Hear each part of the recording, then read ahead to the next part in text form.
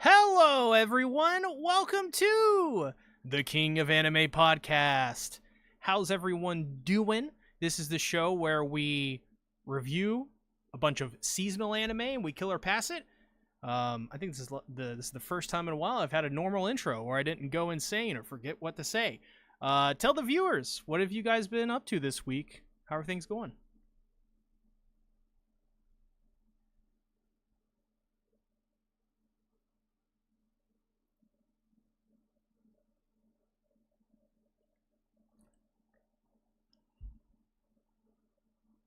Yeah.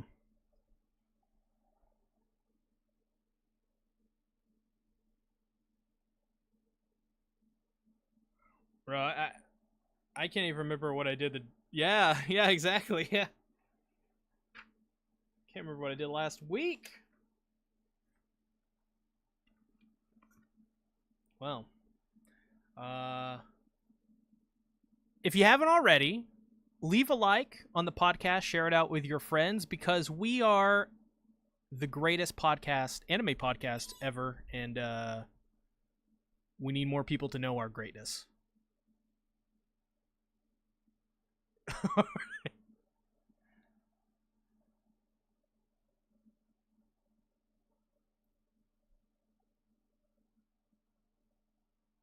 Oh, that's right. Yeah. How was the experience? What was it like?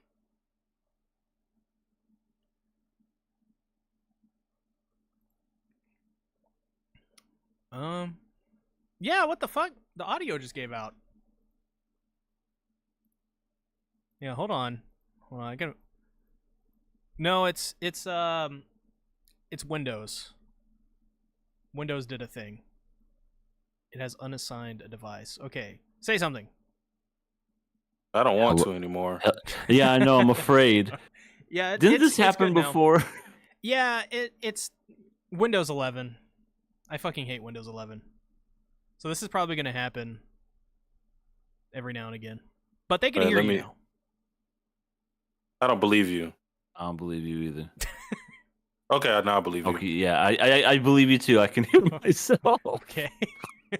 All right. But like I was saying, I'm reminded because my friend right there, Cake Bite, I actually did do something this past weekend. I played Dungeons and Dragons in person for the first time ever. And I guess to basically tell you, C Tactics, it was fun. It was great. I did everything. I love my character. I showed you my character, a monk sorcerer named Yeah. Joran Stormfist. So awesome. But apparently, I couldn't roll to save my fucking life because every time I tried to do a cool attack or just anything in general, I would roll and I would just get shitty rolls and critical fails. And I'm like, God damn it. So, but my character didn't die, surprisingly. So that's awesome. It's always a good thing. Mm-hmm. No, that's Oh. good. That's nice. Speaking of deaths, not that I didn't already play it when it came out, Wukong, but I played it more because I played it for like 5 minutes when it first came out. And then I played it on stream yesterday, and Jesus Christ, on Sundays I usually never plan to stream for very long, but I got stuck on a couple of different bosses, and if you know anything about me, I hate to give up, which is a bad combination with these type of games because sometimes you might need to just take a breather sometimes and think Sure. and maybe upgrade some stuff and things of that nature. I don't know if anybody else has played it, but there's like this optional second boss because you don't have to go to him, and because I'm pretty sure like how things are structured, it's recommended that you go a certain path to go to that boss. You know, people know how these games work. You know, where you can choose your bosses or whatnot. But I got beat by him the first time, and then I went, I'm not giving up until I beat him. Oh God. And then my channel, was like, well, it's probably a good idea to not go to him first. Oh, okay, I guess he's not gonna. It didn't take me that long. It took me like an hour to beat that one, but I was on that game for a good like 5 to 6 hours playing it. It was pretty fun. It's a fun Pretty one. fun. Yeah. Uh, It wasn't. It's not too complicated. I do hate the heavy attack because it winds up for so long. But it's one. You get your abilities as you go along in the game, so you get like more magic tricks and different stab stances and stuff like that. So yeah, I like how everybody from my D&D is watching me right now. That's amazing. Bro Dog Polar, do you plan returning to the D&D group? Possibly. I'm a busy man, but I know things are going to be different in a couple months with the group, but I guess we'll see. And I'm talking about the D&D group. But yeah, I could come back. Joran Stormfist. That character right there, Bro Dog Polar, his character's name is Big because he's a fucking big giant. straight to the. Around with that. But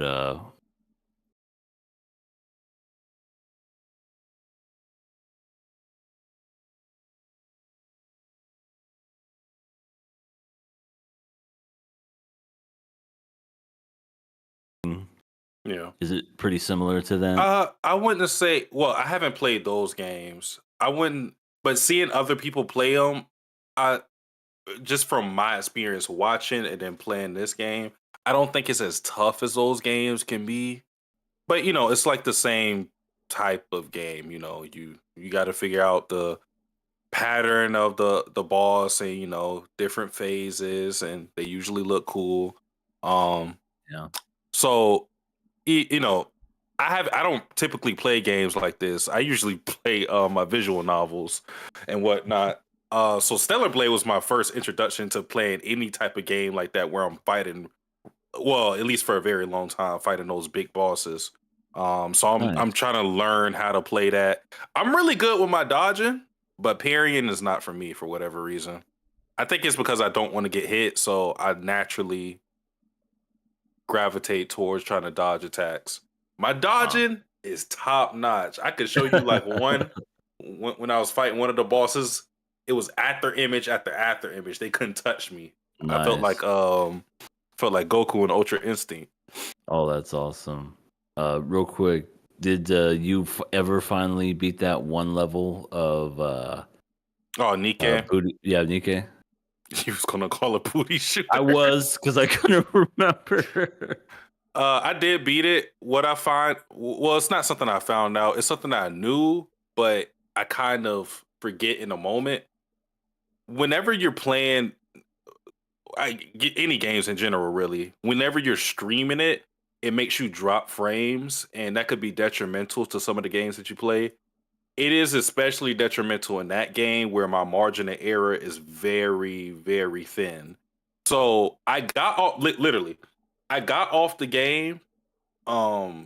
Actually, this morning I played it this morning for maybe 5 minutes and beat it.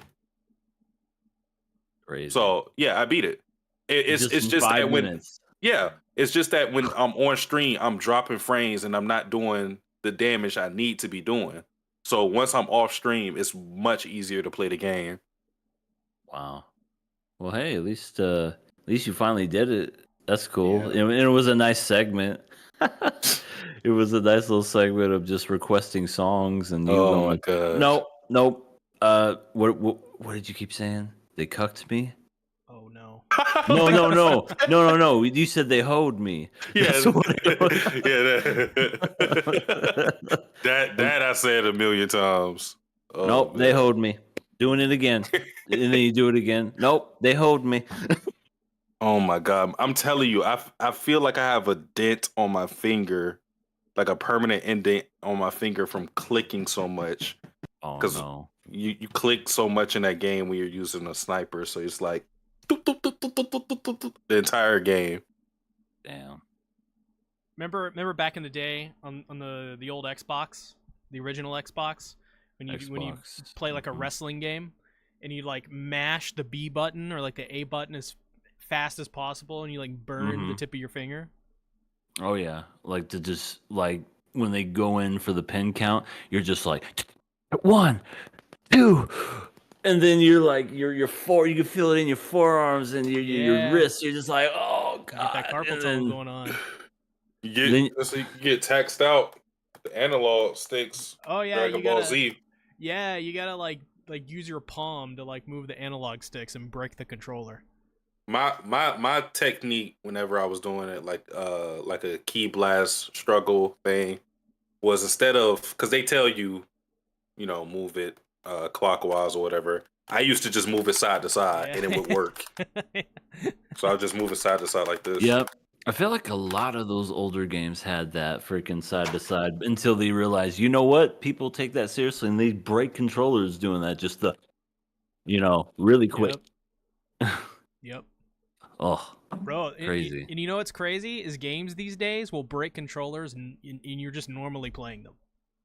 Because games are so like intense. Like Call of Duty, I bought a scuff gaming controller, and that's like top of the line.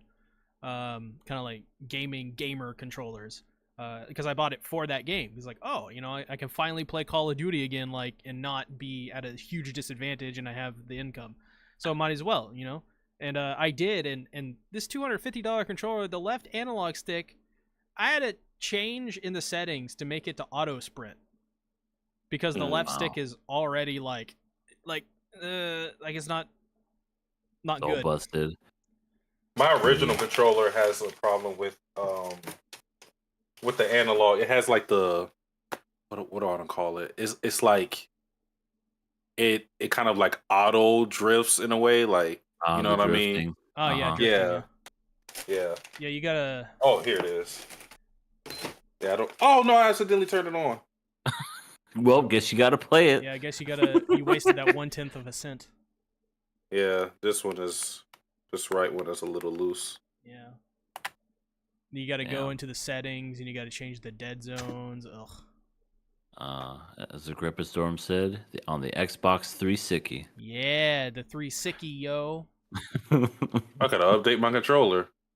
I can't update my controller because when I try to go right, it goes left. Such a modern day issue. I gotta update my game controller, you guys. Hold on, guys. I gotta update my controller and my game. Gotta update the firmware. And also gotta update the 360. The 360.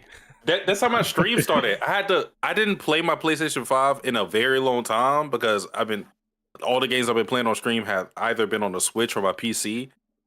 And I went to my PS5. I'm like, oh, all right, time to play some Wukong. You need to update. It was like, you can't connect to the internet. Update your PS5. I was like, okay. You need to update Wukong. Oh, all right. Restart. You need to update your controller.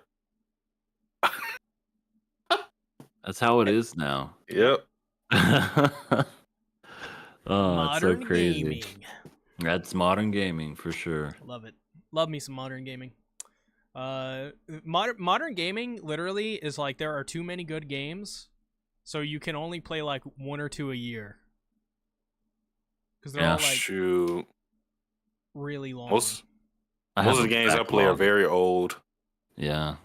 I think the only new games I played from this year, Stellar Blade was this year, right? Yeah. Yes, early this year. So Stellar Blade, Persona 3, Reload, and Wukong. Nice. What was it? Nice. Just a reminder, leave a like and share this podcast out with your friends if you haven't already. We're trying to get to 1 billion subscribers. We're only a couple away, so I think we can do it. No, just kidding. We're trying to get to 1K.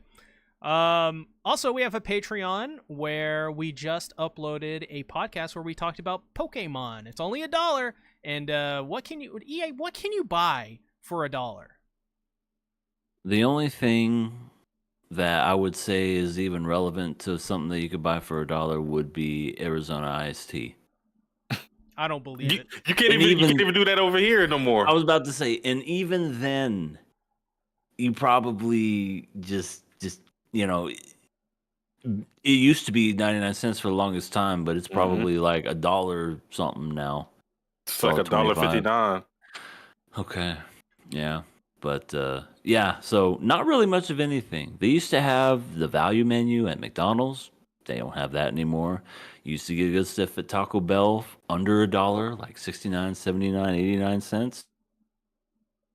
So, I mean, $1 when you support KOA, you get all that backlog of just wonderful goodness of Pokemon, Watamote. We talked about our drunken times. Me and Sasuke talked about drunken podcasts. There was an episode we talked about video games. I mean, we just went through a tangent talking about video games now. Imagine that, but 2 hours worth. 2 hours worth of that. And of course, Madoka Magica Rebellion, the movie. And there's a future one coming out soon that we'll be talking about. You may know what it is already, Decrepit Storm. But you would know if you were a Patreon. Yep, you would. A patron. Patron. Speaking of Patron, we also got a Blue Ski. Check us out on Blue Sky. It is an incredible social media platform that nobody uses right now. So be one of the new users to hop on Blue Sky and tell Elon to fuck off. Is it still do they still have the site kind of gate kept to where you need a recommendation for somebody else, or did they change that? No, you just sign up. Yeah. That's how it used to be. I did. Yeah, it was only like a couple, like maybe last month, maybe, is they opened it up. I think it's got something like 15 million users already, so it's growing. It'll take a minute, but yeah. What do we call our post? Do we just call it Blue Sky post, or do we call it like skies? You know what? That's a good question. Hold on. Let me.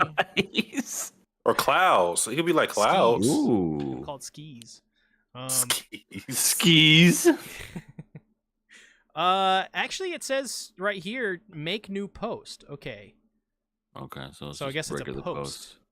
Not a cloud. That's not. Whenever I think of post, I think of like Facebook or something. Well, okay, so like you have like King of Anime Podcast .bsky, so we can call it Bisky. Make a Bisky. No, that's the name of a Chalky character Milk from and Hunter Bisky. x Hunter. It's the name of a character from Hunter x Hunter. Well, even better then. She is pretty cool, but Isn't she beside the point. the small one? Yeah, she's the. Well, I don't know how far you guys saw. I won't say much, but yeah, that one, the blondie. Dang. The small blondie. So yeah, join Blue Sky and you can make biscuits with us out of fresh dough. The Crepit Storm said, "Can't wait for the Toradora Patreon podcast." Hey, Decrepit. That'll be a day. It's gonna happen. We get enough people, they'll have to say yes.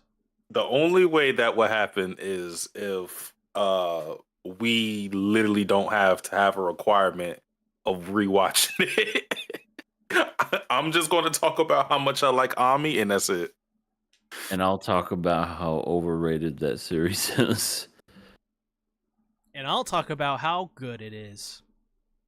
There you go. Making some The biscuits. balance. You'll have some unique kind of balance there. One person just talking about a character, me saying it's overrated, and C Tactics making biscuits while also praising the show. Yeah, it's great. It's great. Also, subscribe to us, bitch. Okay. And that, when you put it that way. I asked it. I asked politely. Subscribe to us, bitch. Pretty please, with sugar on top and ice cream in the middle. You know what else has ice cream on the top and biscuits in the middle? The news. Let's get into the KOA news. That's something that we will never give you the blues. Now let's get ready for the KOA news. It's Miracle! All right, Satsuki. We got to talk about this. You talked about your PS5 today. I just have to tell you, Pal World is launching for the PS5. Get in before it's taken down, Satsuki. Get in there. Do some streams. Support the people. I didn't bother to look into Power World. When I tell you I haven't bothered, I didn't touch that game at all. I didn't look into it. I didn't play it. I didn't watch any streams for it. The people, they're outside your window right now. They're Satsuki, Satsuki. They're chanting. They want you to play Power World.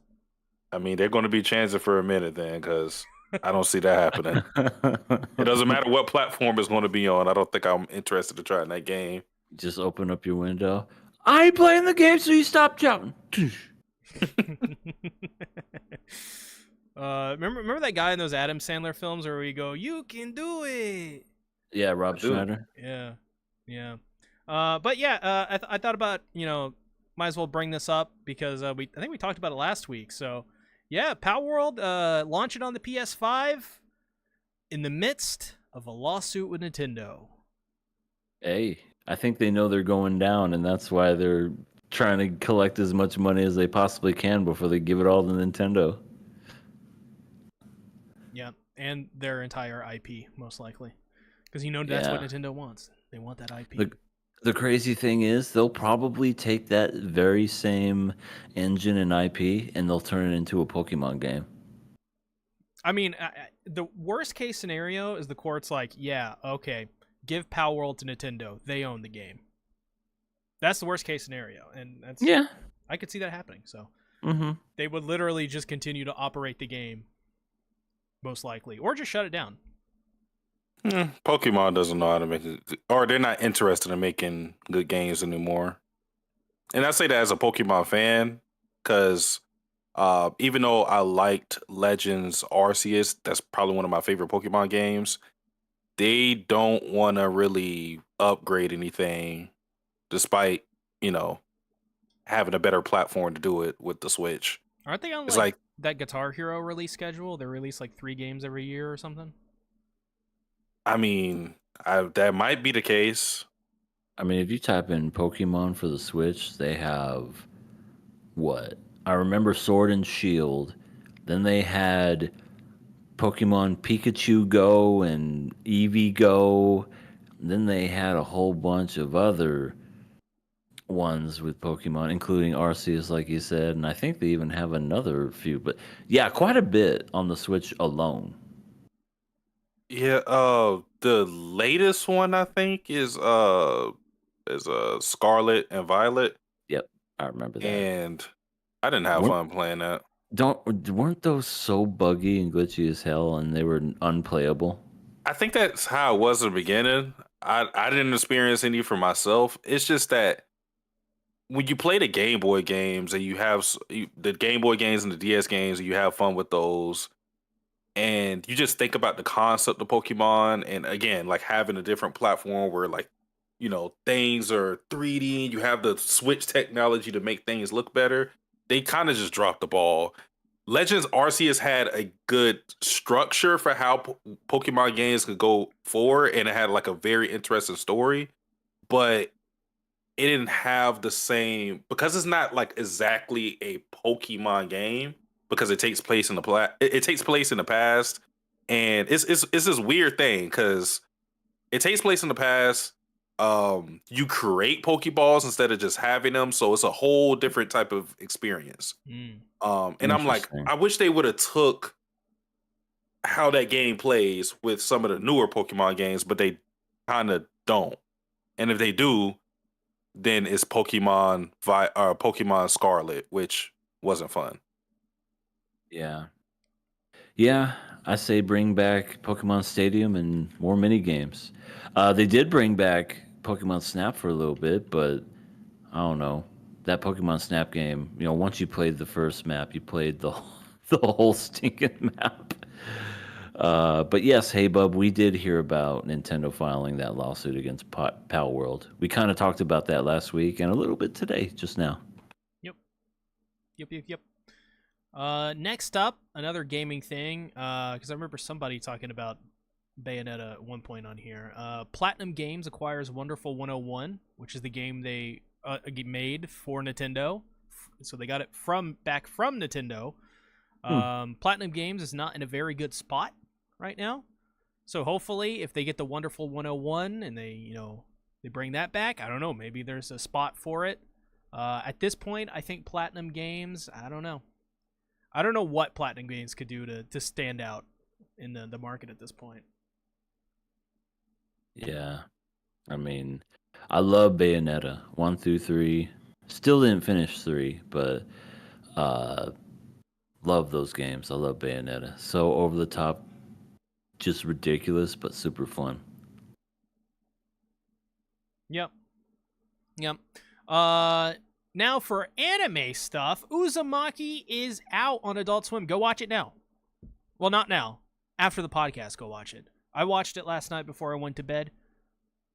Oh my god. It's so good. They Really? totally have nailed the first episode. It's almost perfect. Well, that's really interesting because I have something to bring to your attention, Mr. C Tactics. Oh. And it involves hold on, let me find it. It involves a certain somebody by the name of C Tactics. Huh? When this was first announced 5 years ago, Oh. Sasuke the Savage of all people posted it this 30th of 2019, where it was Wow. Crunchyroll announcing Uzumaki getting an anime adaptation. Wow, like a total time capsule. Do you want to hear what you said back Hell then? yeah. Woo! I can't wait to be disappointed. Junji Ito will never have an anime that adapts his work that is good. I mean, I think this studio proved us all wrong on that, because I don't think I've seen something so engaging as Uzumaki in a while. I've never been so gripped. It's just so different.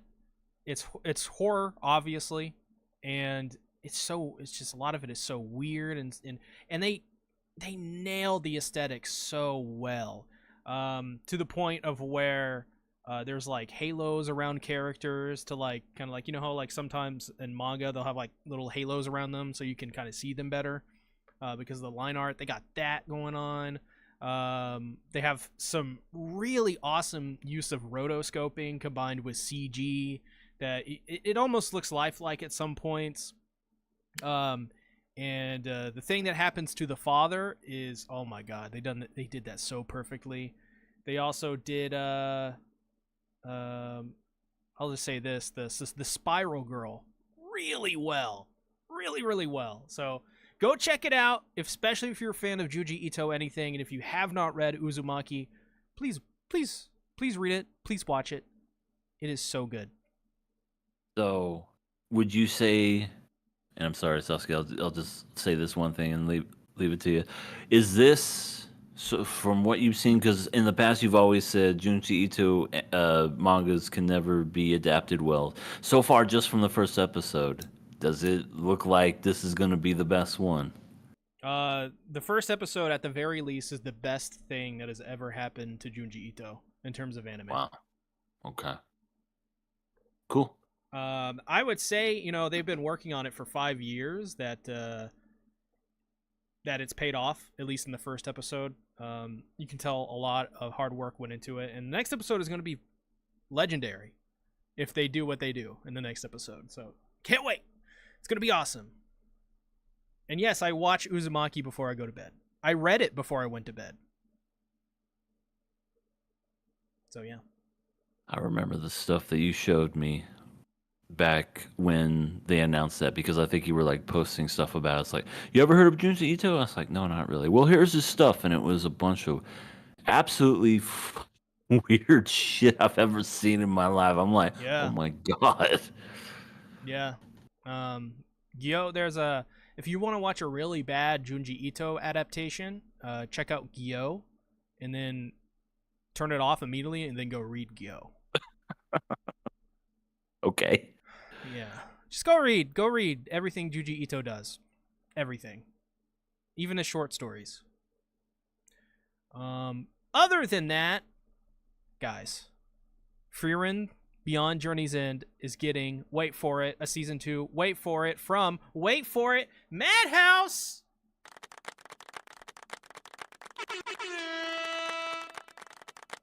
Yes. Freerun finally got up out of bed to announce that we're getting another season of Freerun. That she would sleep this long Yep. to basically let us know, wouldn't she? Yep. I knew it. I mean, I think we all knew it because at the end it said Journey will continue. But I knew it before even the last episode. I was like, there's no way they don't do a season 2 for this, and there's no way that Madhouse doesn't come back for this. Yeah, they did such a great job the first season. I look forward to this. I feel like Freerun is one of the better fantasy anime to come out long time, and it's entertaining. It's got great characters. It's memorable. The animation is stellar. I cannot wait to see what happens. It's probably going to come back sometime next year, if I'm guessing, because if they announced it today, and Madhouse, the way that they do their stuff, they're going to animate everything and then release it. It's probably going to be maybe summer of next year, maybe even spring. I think they is got my enough, guess. but I don't read it, so I won't know. Do you think this announcement came because of that leak recently? That leaked that this was in production? When was the leak? It was like last week. Oh, maybe. I mean, it's possible. Because it's such a kind of like an out of nowhere announcement almost. Like I don't think there was anything going on this last week. No events, right? Not that I could think of. But also, Trayvon, I agree with that. I wish Madhouse could have done season 2 One Punch Man. Hell, season 3 One Punch Man, they would knock it out of the park if they're fixing to adapt what they're going to adapt. Well, we have JC Staff, the real goats, to rely on. Yeah, here we go for the real goats. Hey, I will say that trailer looked pretty good. Looked better than anything that came out of season 2. Oh, they're gonna have to pull a rabbit out of their fucking ass. That one guy is gonna be working overtime for the next 3 years. They're one good guy. Right. They're gonna push deliver. everything.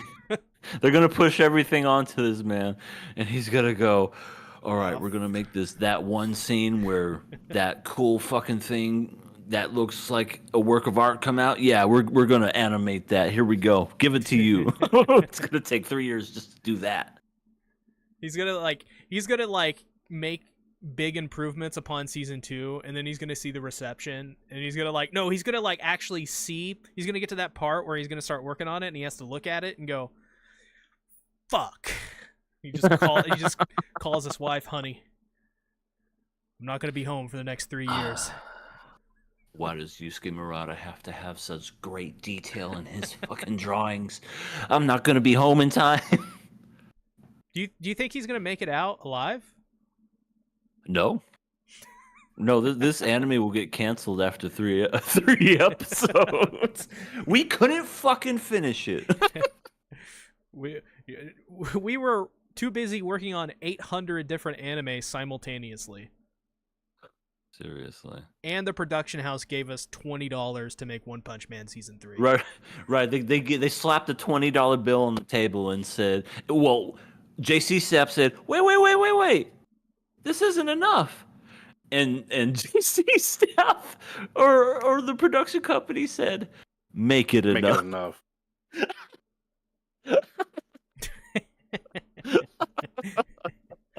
Trayvon says, I wish Madhouse could have done One Punch Man season 2. Oh, you already read that. Shit. Yeah, that's kind of what our conversation was. I'm stupid. Don't worry. It's Don't worry, I'm dumb. But yeah, I don't know how we got onto One Punch Man season 3 from because of Madhouse. We were talking about Madhouse, and then Freerun coming back. That's all. Satsuki, are you hyped for Yubel's return?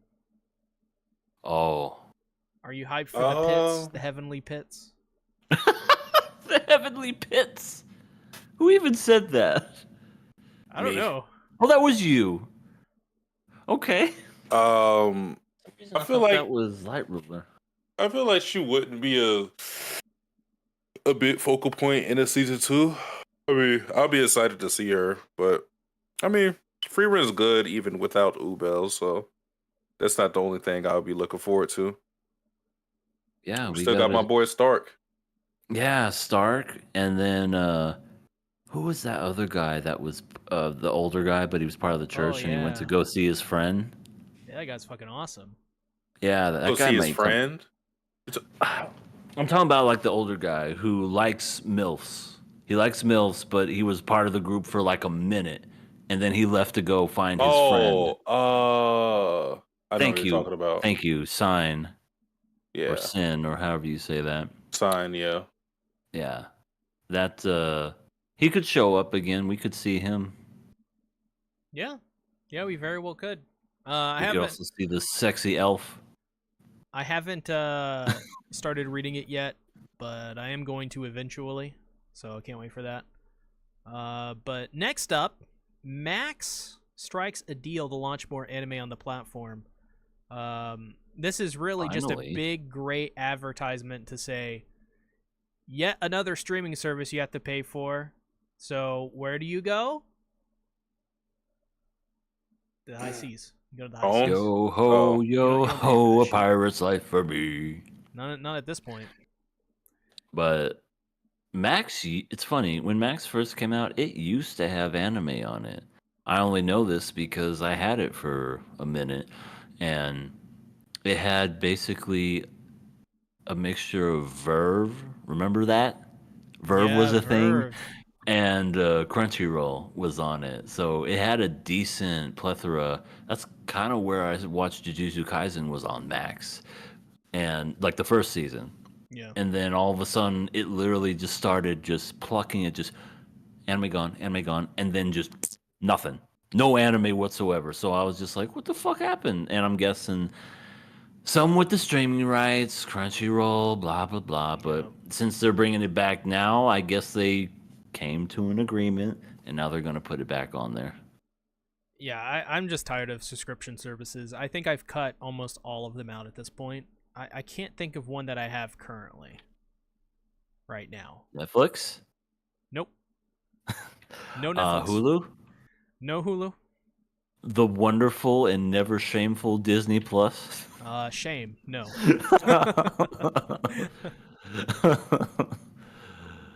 Disney Plus don't have shit on it. Like, you could literally unsubscribe from it and come back a year later and it's the same stuff. They got that Beatles documentary. That was some good shit. Yeah, Peter Jackson made that. Yeah, that was really good. That's right, Decrepit Storm. KOA Plus is the only subscription you need. Thank you. This is true. Thank you so how much. hypocritical of me. Talking all that shit.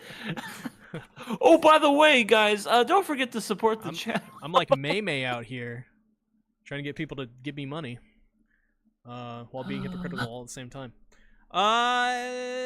Next news topic. Noboru Watsuki is in poor health. Rurouni Kenshin Hokkaido arc is delayed. Just a quick reminder. This guy's a PDF file. Just a reminder.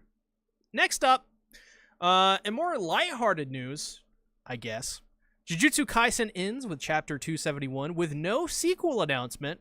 With 100 million copies in circulation, you can rest now, Gege. Rest. Sleep. Don't ever look at a picture of any JJK character for the next 5 years. You've earned it. This guy fucking hated this series by the end. And I can see why. It was kind of a mess. The ending sucked. It was pretty bad. It was pretty lighthearted though. It was positive. And that's what I meant earlier, EA, because we were talking about it a little bit before the show. Yeah, the ending is horrible, but it'll make you laugh a couple times. I have to ask, is it the power of friendship? Oh no. Okay. Okay. On paper. Well, you don't have. You don't have to say it. I just was curious if it was the power of friendship. Yeah, I don't know. I will say the MHA had a better ending. Straight up. It was the Okay. better ending. Not by like a huge margin, mind you, but JJK, the final 5 chapters, two out of 3 of them were pretty good. The last 3 were very boring. 2 of the chapters were just talking, exposition dumps. The last chapter was like kind of like fan servicey, kind of like, oh hey, look, we're all gonna go out having fun, everyone. So yeah. This is getting a sequel. While there was no sequel announcement, the ending very clearly has been left up in the air, and it is going to get a sequel. 100%. It will eventually. I don't know when. Probably after Gege Akutami's next work, because in the last chapter, they said to look forward to whatever he is doing next. So he is signed on. He's doing something else. He's doing KKJ. Watch it be just a complete polar opposite of every single character, but it's the same series. Cuckoo guy Jason. It's everyone is just gender swapped. Bro Bara. Yep. Bro Bara. Oh god. Oh yeah. man. Did you read the ending, Satsuki? Do you even care? I've not read a lick of JJK since the big fight. So I've heard that is most people that have read it said it's underwhelming and they're not a fan of it. And I'm not gonna lie, after the big fight, I don't want to say I've called anything because I haven't read anything, but I've felt like things could only go in one direction and I was dreading reading that, so I probably won't read it for a long time, not gonna lie. Yeah, there's no reason to. Decrepit Storm says, my man, Irodati Ijuyi. Enjoy. Joy.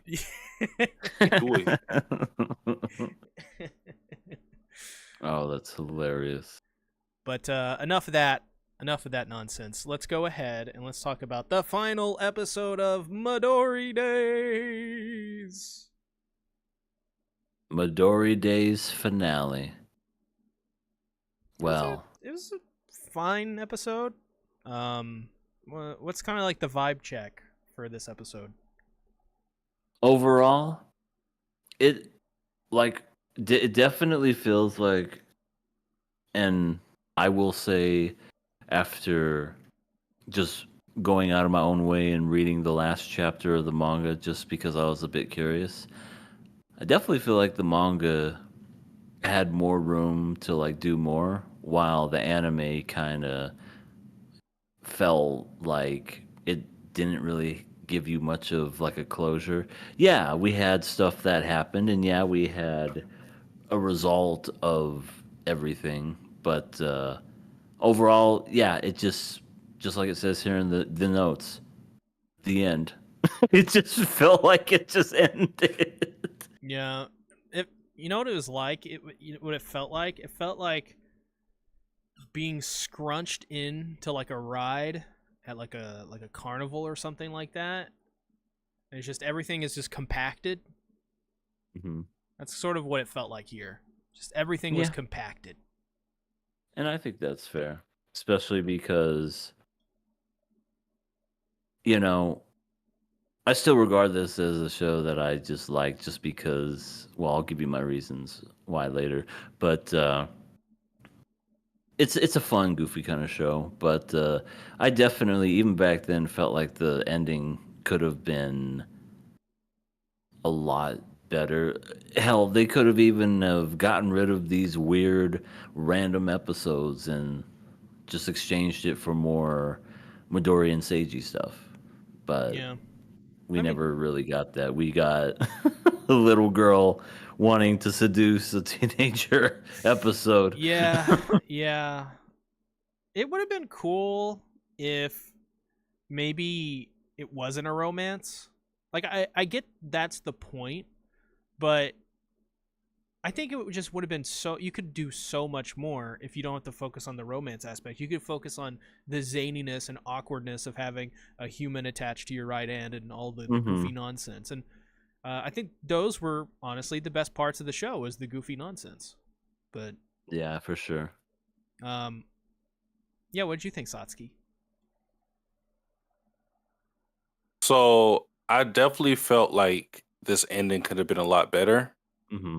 I think where some of the source of my disappointment came from, I guess, like the one-sidedness and how everything ended. Because, I'll give credit to the show. What they were working towards, it seems, wasn't necessarily the romance aspect of Midori, even though that was important.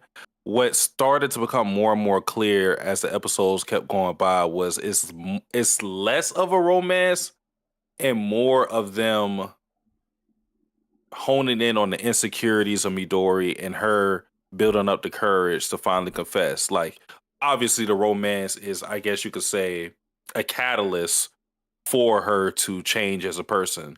But when you really look at the purpose and like what was worked towards in the ending of it, it's kind of like it's kind of like a coming of age story more than just a romance. So I think it did much better in that regard. As a romance though, I feel like they could have did more on Seiji's side, especially because he was the person we were first introduced to, and he's the person that wanted a girlfriend for so long. And in the end, Midori confesses, says, I love you, Daisuke. And he just goes, yeah. And I went, what?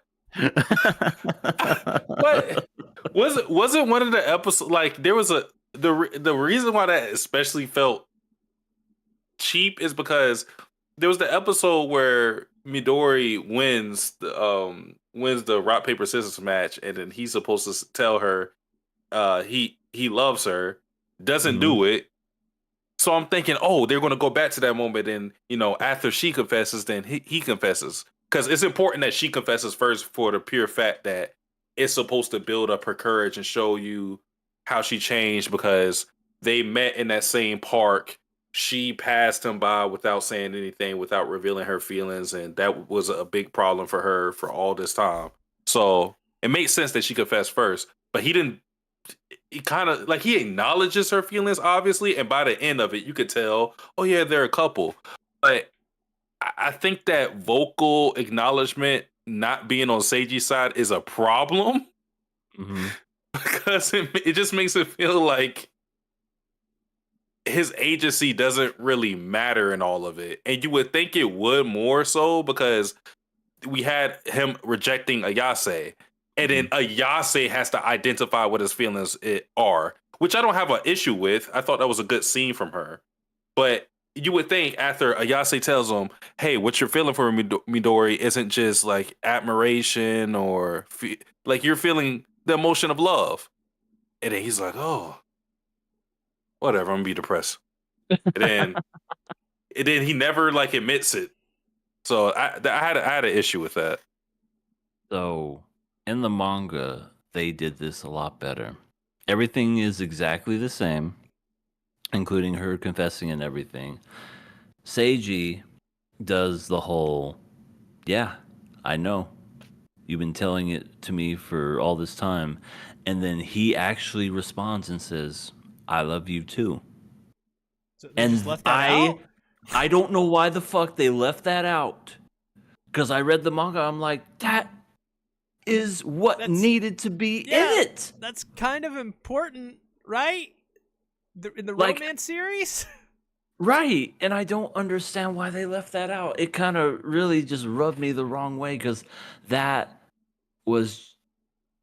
it just makes more sense because of the whole, that episode of Say You Love Me.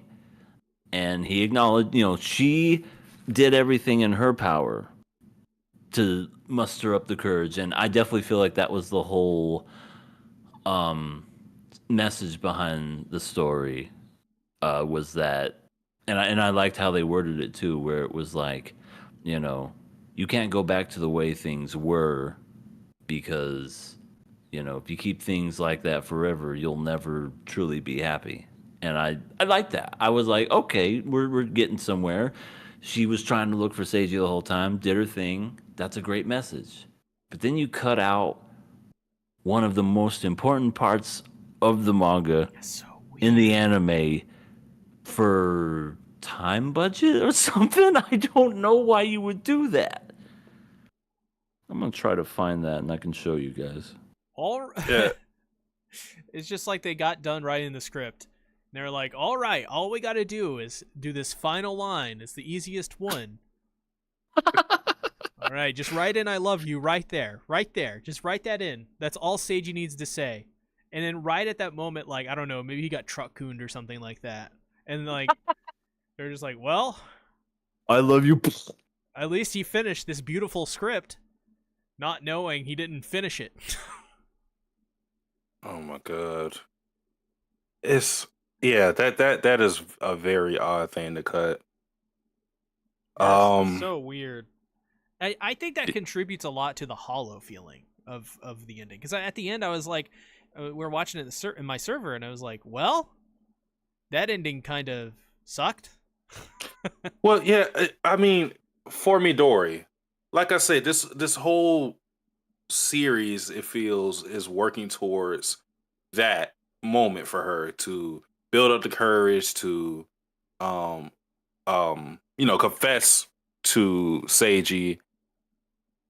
And it's important that of the her mind state in which it happened, where she doesn't have the memories of her being Seiji's hand, which I want to talk more about that, but I'll save that a little. But yeah, it's working towards that moment, and it feels like she doesn't really get rewarded for it, in the sense that her feelings aren't like verbally acknowledged, and that's something that we know that she wanted. So Yeah. that's very odd. I'm also struggling to kind of understand the amnesia bit of all of this. I'm struggling to understand why like that felt like, you know, like a wrestling match when you have like 80 people run out. And it's just Mhm. it's like too much. Like I feel like just have her remember.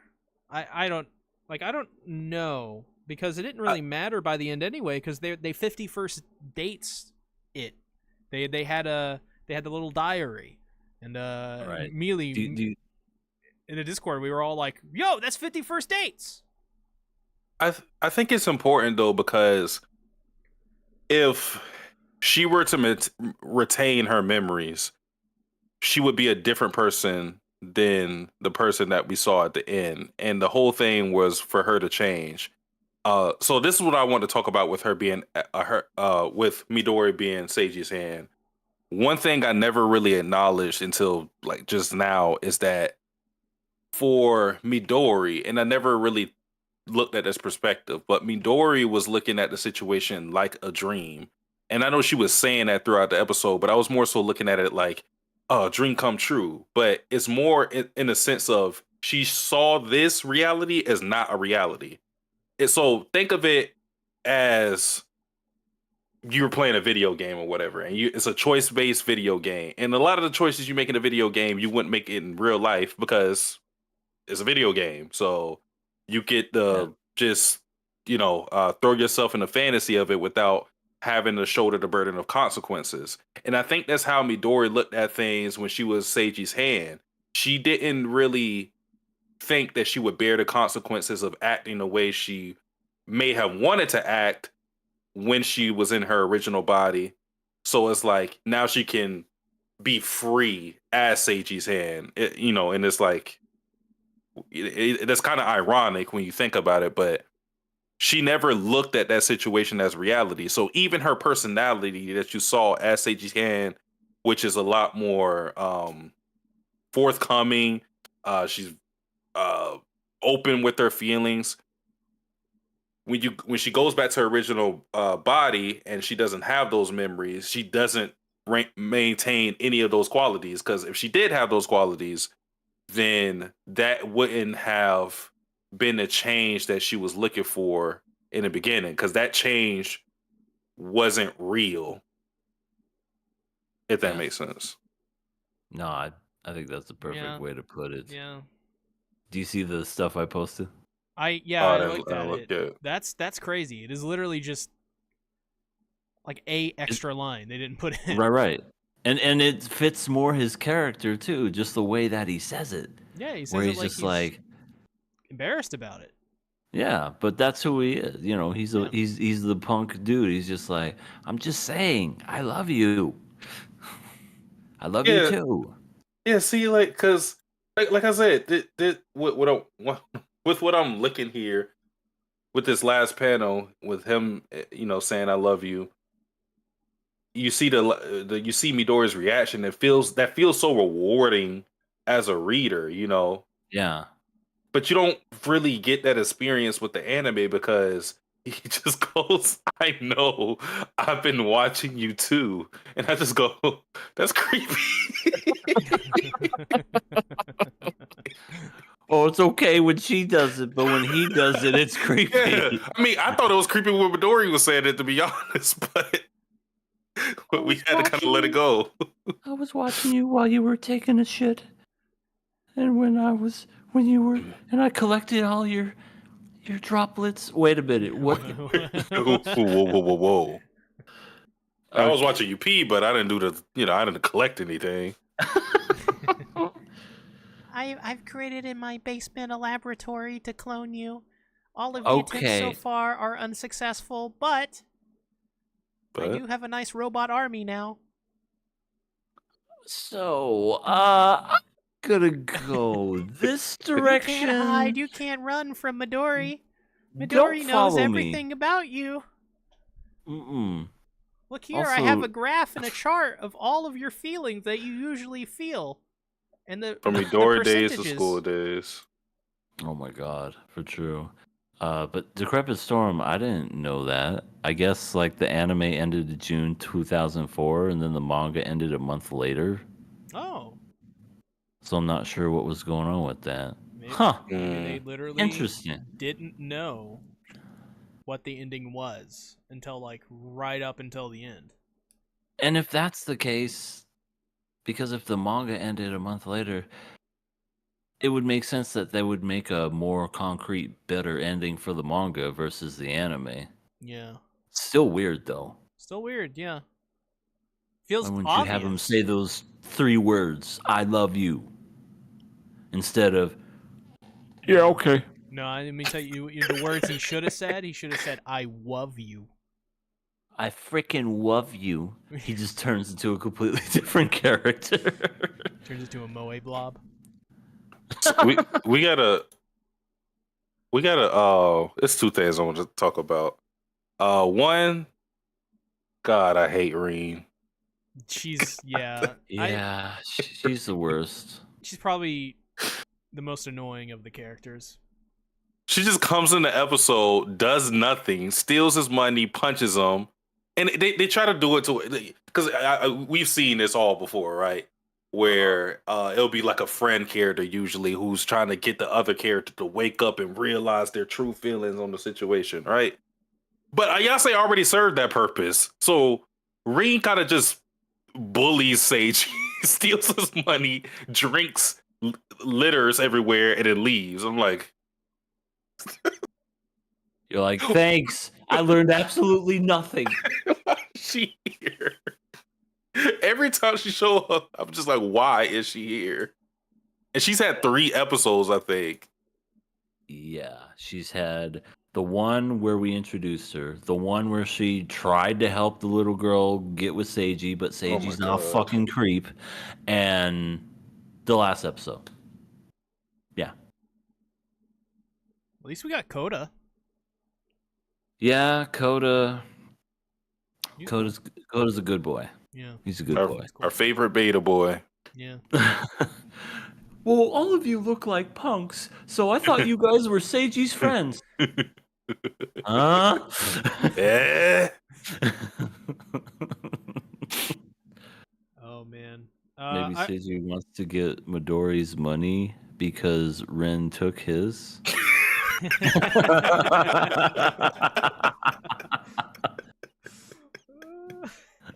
I've been watching you.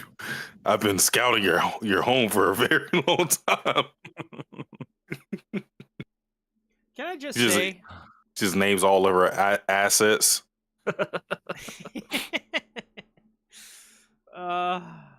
Can I just say? This show has some really funny lines from Midori sometimes. Like I love this line at the very beginning where she says, "I'll always be your right hand in your eyes." What's that funny? That was supposed to be sad. But it's fucking hilarious. I'll always be your right hand, your eyes. You're fucking right. Loud track plays. Yeah, where's the laugh track on here? Do we have one? We just got the applause afterwards. You know. Ooh. Oh yeah, that's when they kiss. Ooh. Oh yeah. Hubba hubba. Oh, we finally got a conclusion to the story of Fat Cat, by the way. Oh yeah. Fat Cat got fucking launched into the stratosphere No, yet again. No. Further back. Oh, you're right. He got rejected because I don't know. He tried to ask out. I think he saw like another cat dating the cat that he wanted, and he was crying.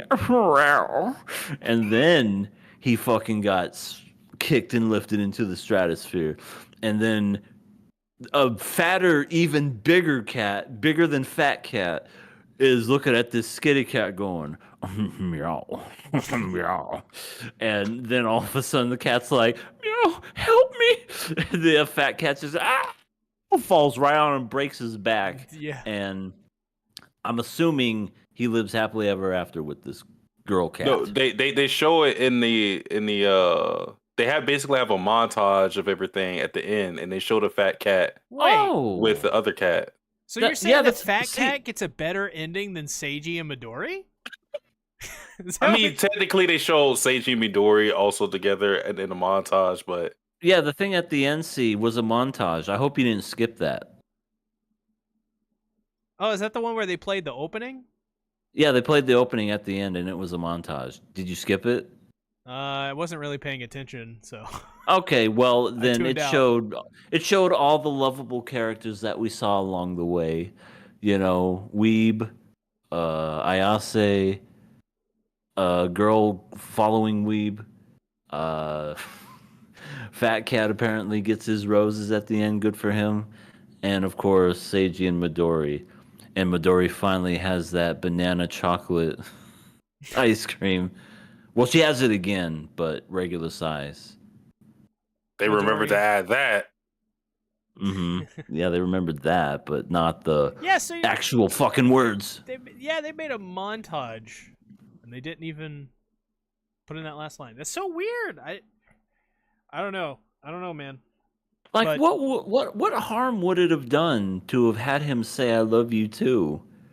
You know, it's like I love you too. Man doesn't admit his love. Fucking simp. You pansy ass. You know what's funny? What's funny about Seiji is he's literally admitted his love to like 18 other girls. Mm-hmm. Yeah, that is true. So he couldn't do it for Midori, the one he actually is in love with. But all those other girls he got rejected by that he confessed to. Wow. Yeah, he was willing to get a random kiss from Ayase, who he didn't know was Ayase, by chewing on a piece of Pocky like a madman. But can't say that he loves you to Midori. Man, that woman's got big boobs. But yeah, I know Midori. You love me. That's nice. But look at those boobs. God.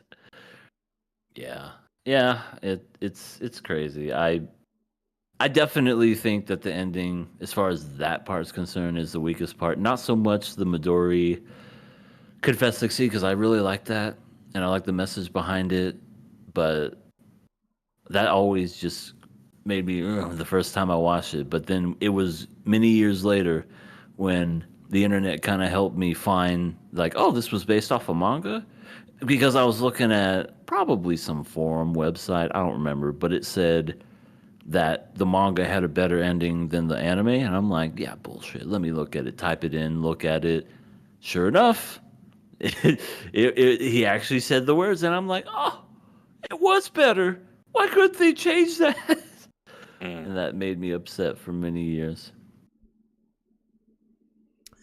I will say the line at the end where she says, "My love in my life has just begun." I thought Is she already that how had a she line. sounds in the dub? Yeah, that's kind of how she sounds. She sounds exactly like me. Yeah, doing a horrible female impression. Yeah, no, she sounds pretty adorable in the dub, but I don't know. It just felt the overly rosy kind of ending didn't feel so earned because of that last "I love you" thing being left out. I don't know. I don't know. I don't know. I still like the series overall. I'm actually impressed of how much they were able to do with 13 episodes. Because usually I'm not going to be a fan of any romance that's this short unless they're already together at the start. It's very hard when the characters are like, forming bonds in the beginning and you only have 13 episodes to make a very compelling story. But They nailed the the characters, whole though. Like they should have Seiji. cut They should have cut Reen out the story entirely. If they did that, I think this show would have been a lot better. And I'm not just saying that because I hate Reen. I'm saying that because I feel like more time could have been dedicated to the things that we're talking about. Yeah, Yeah. I agree. I like Weirdo Weeb over Reen. And I do as well. I'm not saying that just because, she's a bad person. It's just, he's a nerd. He's an otaku, and he has a harmless addiction to dolls. he had a little bit of a commentary attached to him, which I really appreciated. Mm-hmm. Yeah, there was like a purpose. Even the one episode, even the episode I disliked the most, or I was disappointed in the most, with the little girl and her the story with her mom. That I wouldn't even take that out because I thought that had a lot of potential. I just don't think they capitalized on that. Mm-hmm. So even that had an intention, but I don't know what the hell was the purpose of Reen. She didn't do anything. Yeah, she just beat him up and took his money. I think it was just like a sister fetish thing because they constantly they love to show Rin in that bath scene over and over. So I think it may have just been. He fucking died with the titties. Yeah, that is true too. They did do that, but in that episode, he got drowned. He straight up died. You know who they should have replaced Rin with? A tree. Utsubo. Oh. Utsubo? What, from the Fable? Yeah.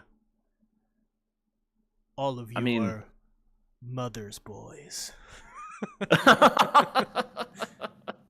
See, the thing about a swing set is when you fall off of it, you need to be prepared to be hurt. Kids nowadays, they aren't prepared to be hurt. You have to live with the consequences of having a girl attached to your hand. It would just be a shame if something happened to that hand. Oh, no. Yeah, he's definitely going to extort Seiji or something. For sure. Even though Seiji's a tough guy, Utsubo is tougher. Yeah.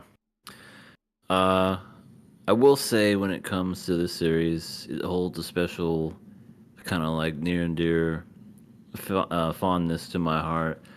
And it's going to sound weird, but it's one of the first animes where I got to like really bond with somebody, because anime was kind of a thing in high school and when you were younger, when you weren't supposed to say anything to anybody about it.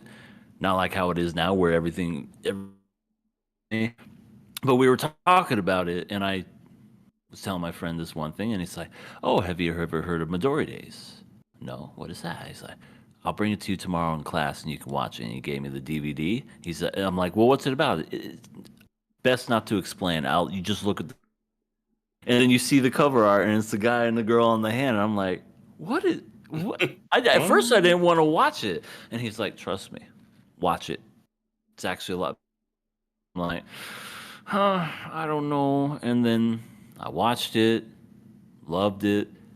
And then from there, I just kind of like found a really good relationship where we could like talk about anime and just trade DVDs back and forth and discuss stuff, especially when stuff was airing back then, like on Toonami and Adult Swim. It's like, did you see that new episode of Dragon Ball Z? Oh my God, that was amazing. You know, stuff like that. So I guess you could say it was one of the first animes where it kind of made me open up to my love for anime, which, like I said, it's kind of a weird anime to say that too. But I found somebody just as geeky as I am when it came to that stuff, and I enjoyed that.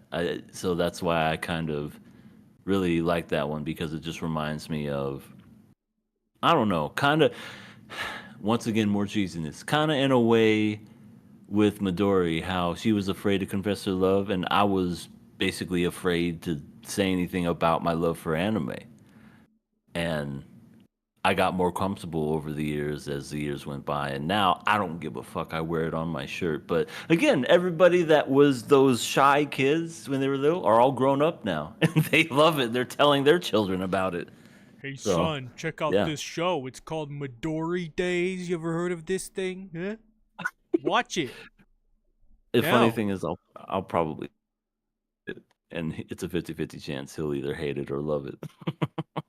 I mean, I don't know. I quite enjoyed this series, even when it's sort of lackluster, like ending. I even thought this episode was generally fine. It was okay, and I think the series overall is just really fun and it's quirky, and I think the concept is what makes it worthwhile. And I think the cast and how charismatic they are and how fun they are, I think just really kind of like sells the show. This is like a fun, like, just watch it in a couple afternoons kind of thing, and every now and Yeah. again. Yeah, you could totally like watch it in a weekend. Every once in a while, I'll, if I'm really, I'm like, I'm gonna watch that one episode where they're at the arcade, or that one episode where Ayase's trying to date Seiji, and he's just completely just not giving her any kind of advances, just for the hell of it. Yeah. Yeah. Anything else for Midori Days? Fun show. I agree. Yeah, I like this series. I always like showing people it. I know it's a very kind of obscure anime. It's definitely not one of those that you want to show right off the bat. That's why it's interesting that guy in high school showed me this. What did I show him? I can't remember. I think it was like something mainstream. Maybe it was like Inuyasha or some Dragon Ball or something. And then he's like, Midori Days. I'm like, come again? That guy was, he was in deep. Oh, he was more of a nerd than I was. That's for damn sure. He wore it. He wore it when I couldn't. He wore the shirts. He had the eyeliner. He had the baggy jeans. Yeah, I love it. he did. Yeah, and I think he even had spiky hair too. Hey, the frosted tips? The frost. It was Yeah. black. Black spikes. Maybe it was frosted. I remember gel. And spikes. Yeah. And I think he had a bunch of piercings too. Oh, and then the chain wallet. Yeah. Don't forget the wallet that's connected to the chain. That, Yeah. like, you have to wear a belt because it's so heavy. And I think he was very brave. He had the backpack, but it was like the Pokemon backpack. Dude, he was He was living his best life, man. He was living it up. It's almost like he knew what his future would be, so he's like, whatever. Yeah. That's I wonder fucking what awesome. that guy's doing. Crazy thing is, we haven't really talked after that. Crazy. Yeah. He's probably president or something. Who knows?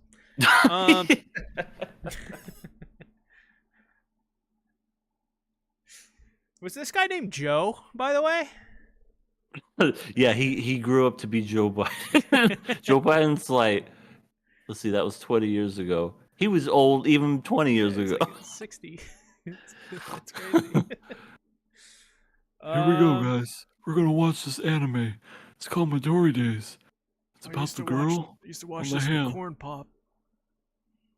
We used to have a rusty chain and a bucket. We used to call it Midori. All right, Joe, let's move you along.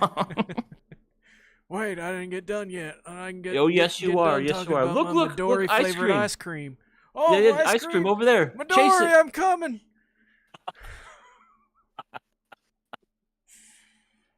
Oh boy. I wish I was as much of a nerd about ice cream as him. I can't. You get me like one. I tried eating ice cream yesterday, and as a kid, I'd be all over it. I ate like a quarter of it, and I was like, ugh. It's not me anymore, man. Maybe I'm just not in the mood. I don't know. But anyways, let's talk about not Spice and Wolf because it ended last week. Oshi no Ko, aka Oshi. Oh no. We went into a predicament by the end of this episode. We may have discovered the body. The body. Yeah. I mean, we don't know yet. We have to wait for forensics. We got to get the CSI team on this. Yeah. Mm-hmm. Well, this was that ending vibe check on this was episode, crazy. Yeah, vibe check with this episode. Kind of a mixed bag, but definitely a crazy ending. Where I was like, "Oh my god, that's Aqua's old body. It has to be." He crawled himself in. He crawled into a fucking cave. How's no one gonna find this man? But these two teenage girls found this body, but the police didn't find him. There was a lot of bears in the forest for the last 15 years. They couldn't go in. It was a hot zone. Well, I want to speak on that because I feel like what the episode is trying to lead you into is okay, so, and I don't know any spoilers. Besides, I guess this is a spoiler. I'm not entirely sure. It's not a spoiler to me because I kind of said what it was and someone kind of confirmed it. So this is going to be weird. So I was trying to guess like who the little girl was, right? The girl that we saw in the tree and that we saw in a different episode. Yeah. She's apparently a fucking bird. Well, apparently she's the goddess that they were talking about early in the episode. She's a god? The goddess of song and entertainment. Ane no Uzume no Mikoto. An actual god? Yeah. I've immediately you've lost me. That's not good. I don't like that. I don't like gods.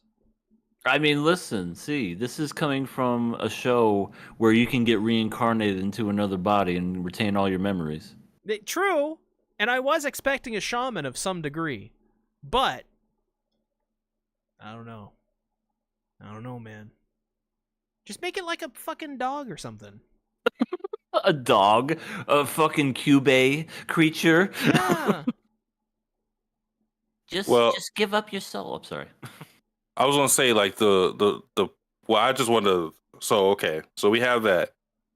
And then we saw the crows around her, and then the crow is what ends up taking the key from Ruby, and it's not a coincidence that the crow took the key. It led her into the cave, and if you remember how Aqua died, he didn't die in the cave. He didn't crawl to the cave. So my assumption is that this god either sheltered the remains for all this time somewhere, or just I don't know. It could have been somewhere at some point, like maybe even was even buried, but they basically put it on display because like look how the body is arranged. The body is arranged face up. It has the tag right there, like not dirty or anything. Tag is right there. So it's kind of like, to me, my assumption was that this was all put on display for Ruby to find. Because another thing they were talking about in the episode, or what we seen from Goddess Lolly, is that she said, I can't remember her exact words, but she talked about how basically God has been guiding things forward. Because she talked about, and I'm pretty sure this is new information. She said that I had gave birth to two soulless children. I don't think that was known to us before. It was just like, oh, they got reincarnated to the, as Oz kids. What the hell? Uh-huh. But she said she gave birth to two soulless children, and then obviously Aqua and Ruby came to be as reincarnations of these children. So it's like this, yeah, some this is some supernatural force guiding all of this, because Aqua talks about his life, and he says that his mom wasn't or died during childbirth. So he never had a mom and still hasn't had a father. And the same could be said about Ruby as Sarina in her past life, because they were talking about how her mom wouldn't even see her in her final moments.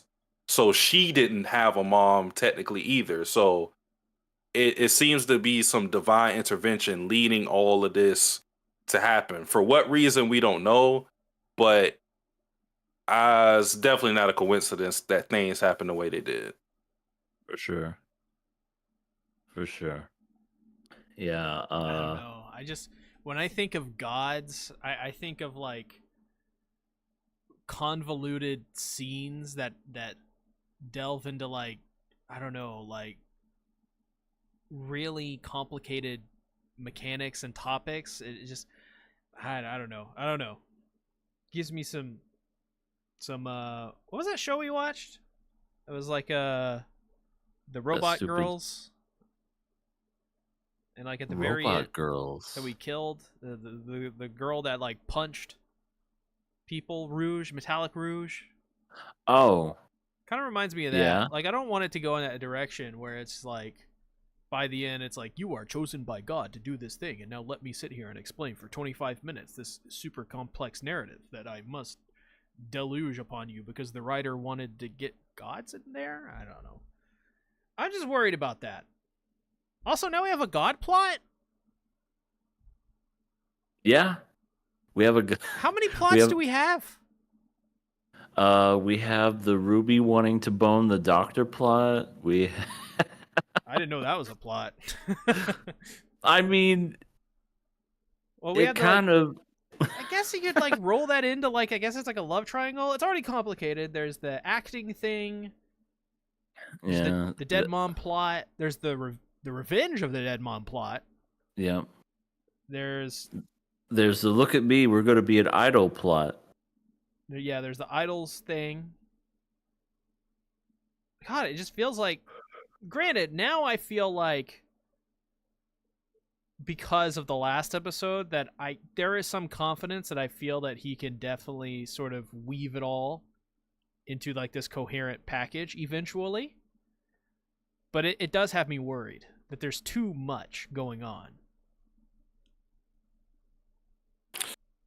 I think even in some of the things that we're seeing, specifically with Kana being an idol, ties into, I guess, this idea of a cycle going on. Because Aqua talks about how, and I'm not going to lie, when I was doing my live reaction, I laughed at this idea. I'll talk about what it was specifically, but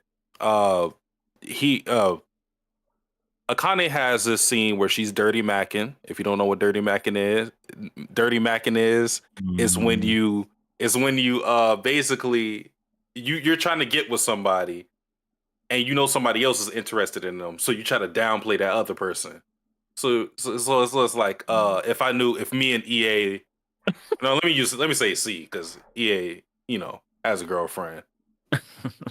If me and C are talking to this girl, right, and I know C likes her, I like her, and then C is off in the bathroom or something, I'm like, yeah, C tactics, guy's a piece of shit. Like, that's dirty macking. That's what Akane was low key doing in the episode because she was like, you can't really get with Kana because she's an idol. You can't publicly date her. I know I don't think that was the intention going into it because I think the intention was that she was actually looking out for Kana in a sense that she's making him realize that there is that he can't date Kana like any other woman. It's different for actors than it is with idols because we know idols have to have this pristine image. They can't have a boyfriend. They can't have any type of scandal following them, or everything falls apart for them. So and the part I made fun of in my stream was that I was like, why? I was like, why is Aqua scared that she's gonna die? Like, she is not gonna be that famous. She is not gonna be as big as I. Yeah. But no, but I mean, it still follows the same idea of because of her aspirations, she can't, or Aqua at least feels that he can't date her as a normal girl because of the nature of idols and then also what happened to his mom. When that random fan found out about her pregnancy, fucking killed her. And this was years later. That's how crazy this shit can be. So I think that's going to act as a deterrent for him possibly getting with Kana, or there's going to be some conflict there because he's going to think what happened to his mom, and obviously what Akane said is going to stick with him. Crazy. But she totally was doing that. Yeah. We what did you say? Mackin?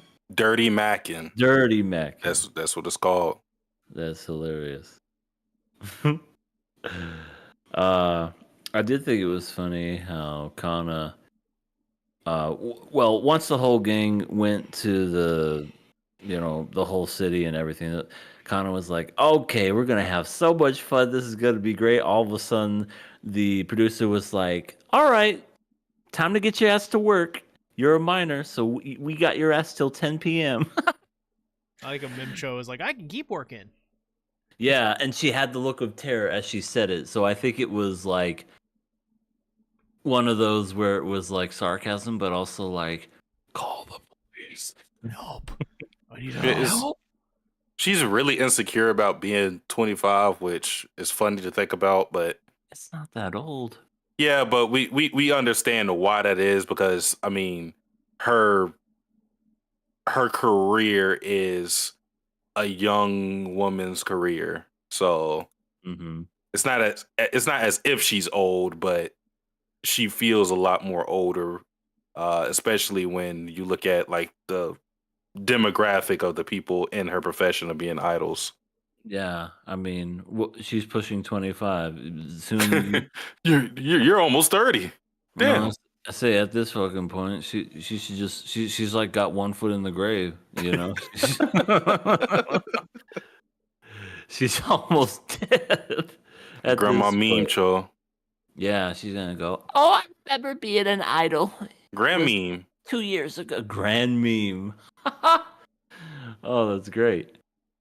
Yeah.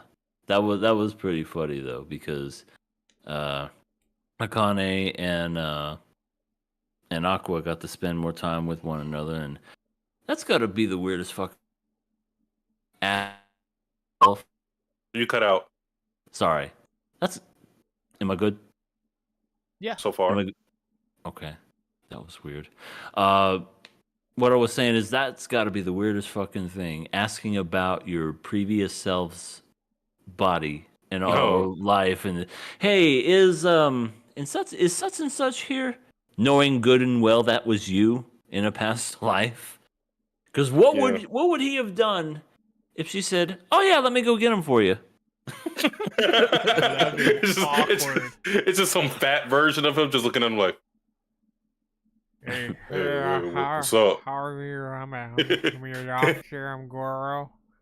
Who are you? You, I'm gonna keep it real. I just put on the badge. I haven't asked any questions for 15 years. Don't fuck this up for me. It's Con.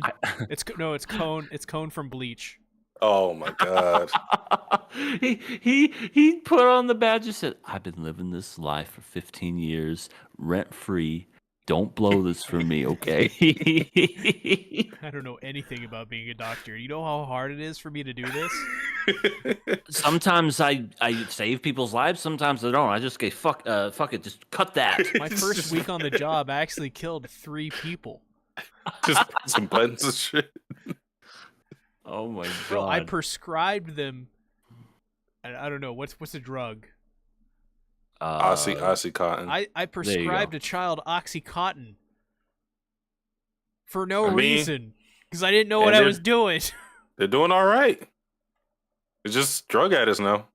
I'm just Mr. House, Fucking- but stupid. that would have been so fucking funny if they like had the balls to do something like that. I would have laughed, but obviously that wasn't going to happen. So instead, we got kind of a little backstory of Aqua and his life, and I thought it was very interesting. Yeah. His life fucking sucks. Yeah, it really Dark. does. Like he never got to have a mom Or It dad. definitely- or dad. So How it do you have definitely- 2 deadbeat dads in a row? You, yeah, You'd be That's true. surprised. In my first life, I never knew my father. In my second life, once again, my fucking luck. Got a bad roll. And his mother died twice. Yeah. Well, I guess at least, one time it was murder, one time it just happened, Like natural Kinda. causes. yeah. It was nature. I mean, I guess that's different. Nature murder. Right. Nature he has to murder get- versus physical murder. Yeah, he has to get revenge on nature. Just fight to win. He just starts That's what- punching the air. He's Ruby's like, like, "What the fuck are you doing, Aqua?" Aqua's just like, "I gotta destroy it to kill my One mom." day. One day. I'm going to go into that fucking forest. I'm going to punch every tree in the face. I'm gonna find that goddamn bear and drop my That body bear. into this cave. Aqua doesn't know about that cave yet. But that's going to be crazy when he does, or maybe he won't. Who knows? Because Ruby never really talked to. And this is kind of the part that is a little weird for me. Because, Ruby likes this doctor. And Oh, we're doing it. We're talking about it. yeah, I'm going to talk about it. The Wincest It's weird. plot? The It's- other well, plot? Okay, so listen. I understand Ruby in her past life when she was this sick, dying child because her own mother wouldn't even see her, so she grew sort of an attachment to the doctor. I get that. She was, 12? You could say, something like that. yeah, it was like one of those, I love you because you're here for me type thing. I understand that. It was pure. Sure. It was pure, innocent, sweet little love like that, Now she's still thinking about him all these years later.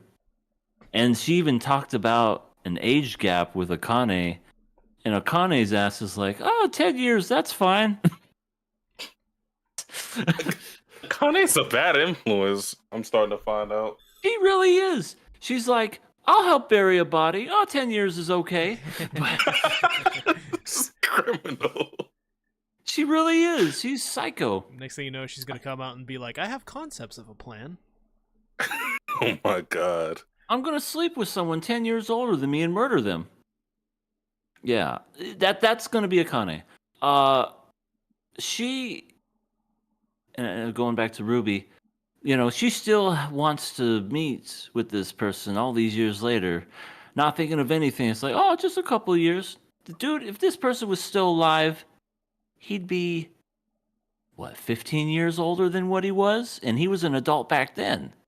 Yeah, it'd be So in his 40s, probably. right, he'd be in his 40s, and there's this 15-year-old girl going, oh, please marry me. And he'd be like, and if, hopefully he's got a sound brain. No, I'm sorry. But Code anyway. walks through the door. How you doing, cutie? Well, Or he does I don't know if y'all ever listen to Every Girl by Lil Wayne.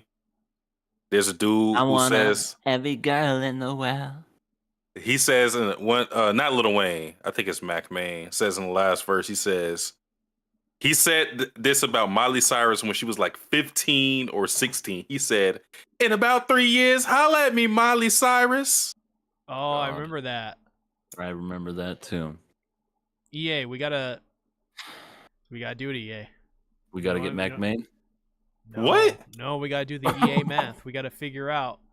No, this is not where EA No. Math comes into play. That comes with animated characters, not real people. Correct. And No, I'm Character. talking about Ruby. Ruby Wait, and Goro. Ruby. Or the EA math. I mean, we got some EA. does EA Math work here because she has like a second life? So does that do you carry that over?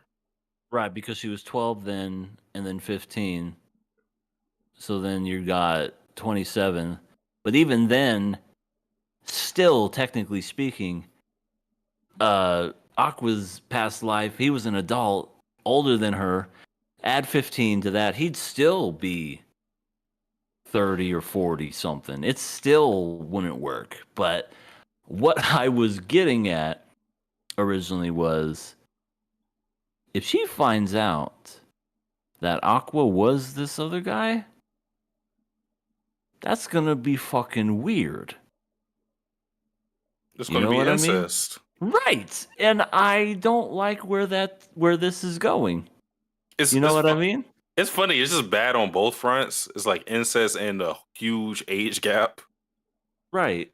Right. It's literally kind of like a Rudy from a Shoko Tensei type thing, where he remembers everything. He was an adult and he's getting it on with 12-year-olds. But it's, I don't know. One of which is his cousin, by the way. I think people forget that. Oh, Sophie's his cousin? No, Eris. Eris? Oh yeah. Oh fuck. They're like distant cousins. They're not like first cousins. They're like distant cousins. But yeah, I'm not surprised at this point. I completely I forgot that he was even, or that she was even a cousin. So I guess. Ugh. Anyway, definitely don't like where it's going because it's making it seem like that her goal in life is to get with this doctor that gave her a reason to live, because when she found out that he died, her light started to dwindle from her eyes. Twinkle, twinkle, no more star. Twinkle, twinkle, dead doctor. You're fucking dead and I can't mac you. That's just... It's so bad, I know. But, yeah, it's... This episode definitely was an interesting one. Like, it was a unique twist, and I liked the twist, but just the whole incest stuff. We now have a raven goddess of music inserted into it, which I'm fine with, I guess, unless it turns into a weird, as you said, like just a dialogue dump of just, when I set this up from the beginning, I planted everything for them to kill you and become twins so that we could have an incest baby to take over the world. If it turns into that, I might check out at that point. It's just her trying to make her own anime. That just seems interesting. She's literally messing with people's lives just to have a TV show. Oh, man. Oh my, that would be that. I would actually give this series credit if it did something like that, just because it's so fucking strange that it would be one of those fucked up type of things. But like, I don't know, you don't really see that kind of stuff in shows. It's like, I want my own anime where the sister and the brother love each other, but we're real human beings. I don't give a fuck. Strip naked and kiss. Now, kids. You're right now. Kiss. He has the 2 fucking dolls. That'd be interesting, but I guess wait and see. The next episode's the last episode, and I don't like. Is this series like have more to adapt? I mean, it's still going on. I know that, but like, are we? How many chapters are there? Like 200 chapters? Oh no, Oshi no Ko is not that. I'm pretty sure Oshi no Ko is monthly, if I'm not mistaken. So it's not in the it's 200s. monthly. That's interesting. That's like Goku Raku guy. I'm not entirely sure. Light Ruler would be more familiar with that. So I can check real quick. Okay, I want to say Light Ruler. When this second season ends, which chapter will we be caught up to? I guess is a way to put it. Because I am a little curious to see where this series will go. Oh no, I lied like hell. It is currently on chapter 161. Okay, Yeah. so it's almost to 200. Yeah, it's in. It is weekly. It's weekly, Yeah. It's weekly. not monthly. Next Wow. chapter, October 2nd, this Wednesday at 11. All right, we got to see where Aqua and Ruby end up this In Tuesday. each other's arms. I was gonna say with this whole like potential incest thing, I know on this. Oh, I'm really about to defend the incest plot. Decrepit Storm, please don't clip this. Go ahead. It's just, and see, anime you can't talk about unless it's with anime fans. Cause I know this is a wild thing. it's so true. You ever seen that clip where it's just like, so it's the brother and the sister? No, don't look at me that way. When I you're think like, what you're talking about. where he's trying to talk about the series. It's like, no, it's really good. Trust it. It's so true though. You can't tell anybody who isn't an anime fan about like the incest stuff Also- because they'll just look at you weird. Also, the fact that anime fans watch it and enjoy it is kind of crazy to me. I think you're talking about this video, EA. Let's see if this is the one. Yep, this is the one I saw. Like, This is a pretty good one. like imagine if there It's was true, though. an American TV show where a brother and sister were banging out. That probably would get canceled week 1. But Japan's like, oh, we got it. We love the incest over here. Incest this, incest that. We got incest in our food. I mean, we had Game of Thrones though. Yeah. That is his first episode. Very first episode. It was the plot twist of the first episode, like that happened at the very end. Not only did you find out brother and sister were fucking, but then they pushed the main character out the window and fucking you thought that character was dead. The things they do for love. Yeah. And then I just love the callback in the last season where he sees that same kid in a wheelchair. He's just like, he has the fucking look of, oh shit, Hey, that please kid lived. Don't tell nobody. I love that look. So, okay, with this whole lingering plot line, even if it goes in the direction of like Ruby, because this is another instance of Chekhov's gun. I think I'm pronouncing it right. Yeah, Chekhov's gun. Yeah, of where we had this plot line. It's going to come into fruition with her finding out with Aqua. That's not a spoiler. It's just, why else would you put this here if she wasn't going to find out that Aqua was, I think his original name was Amamiya.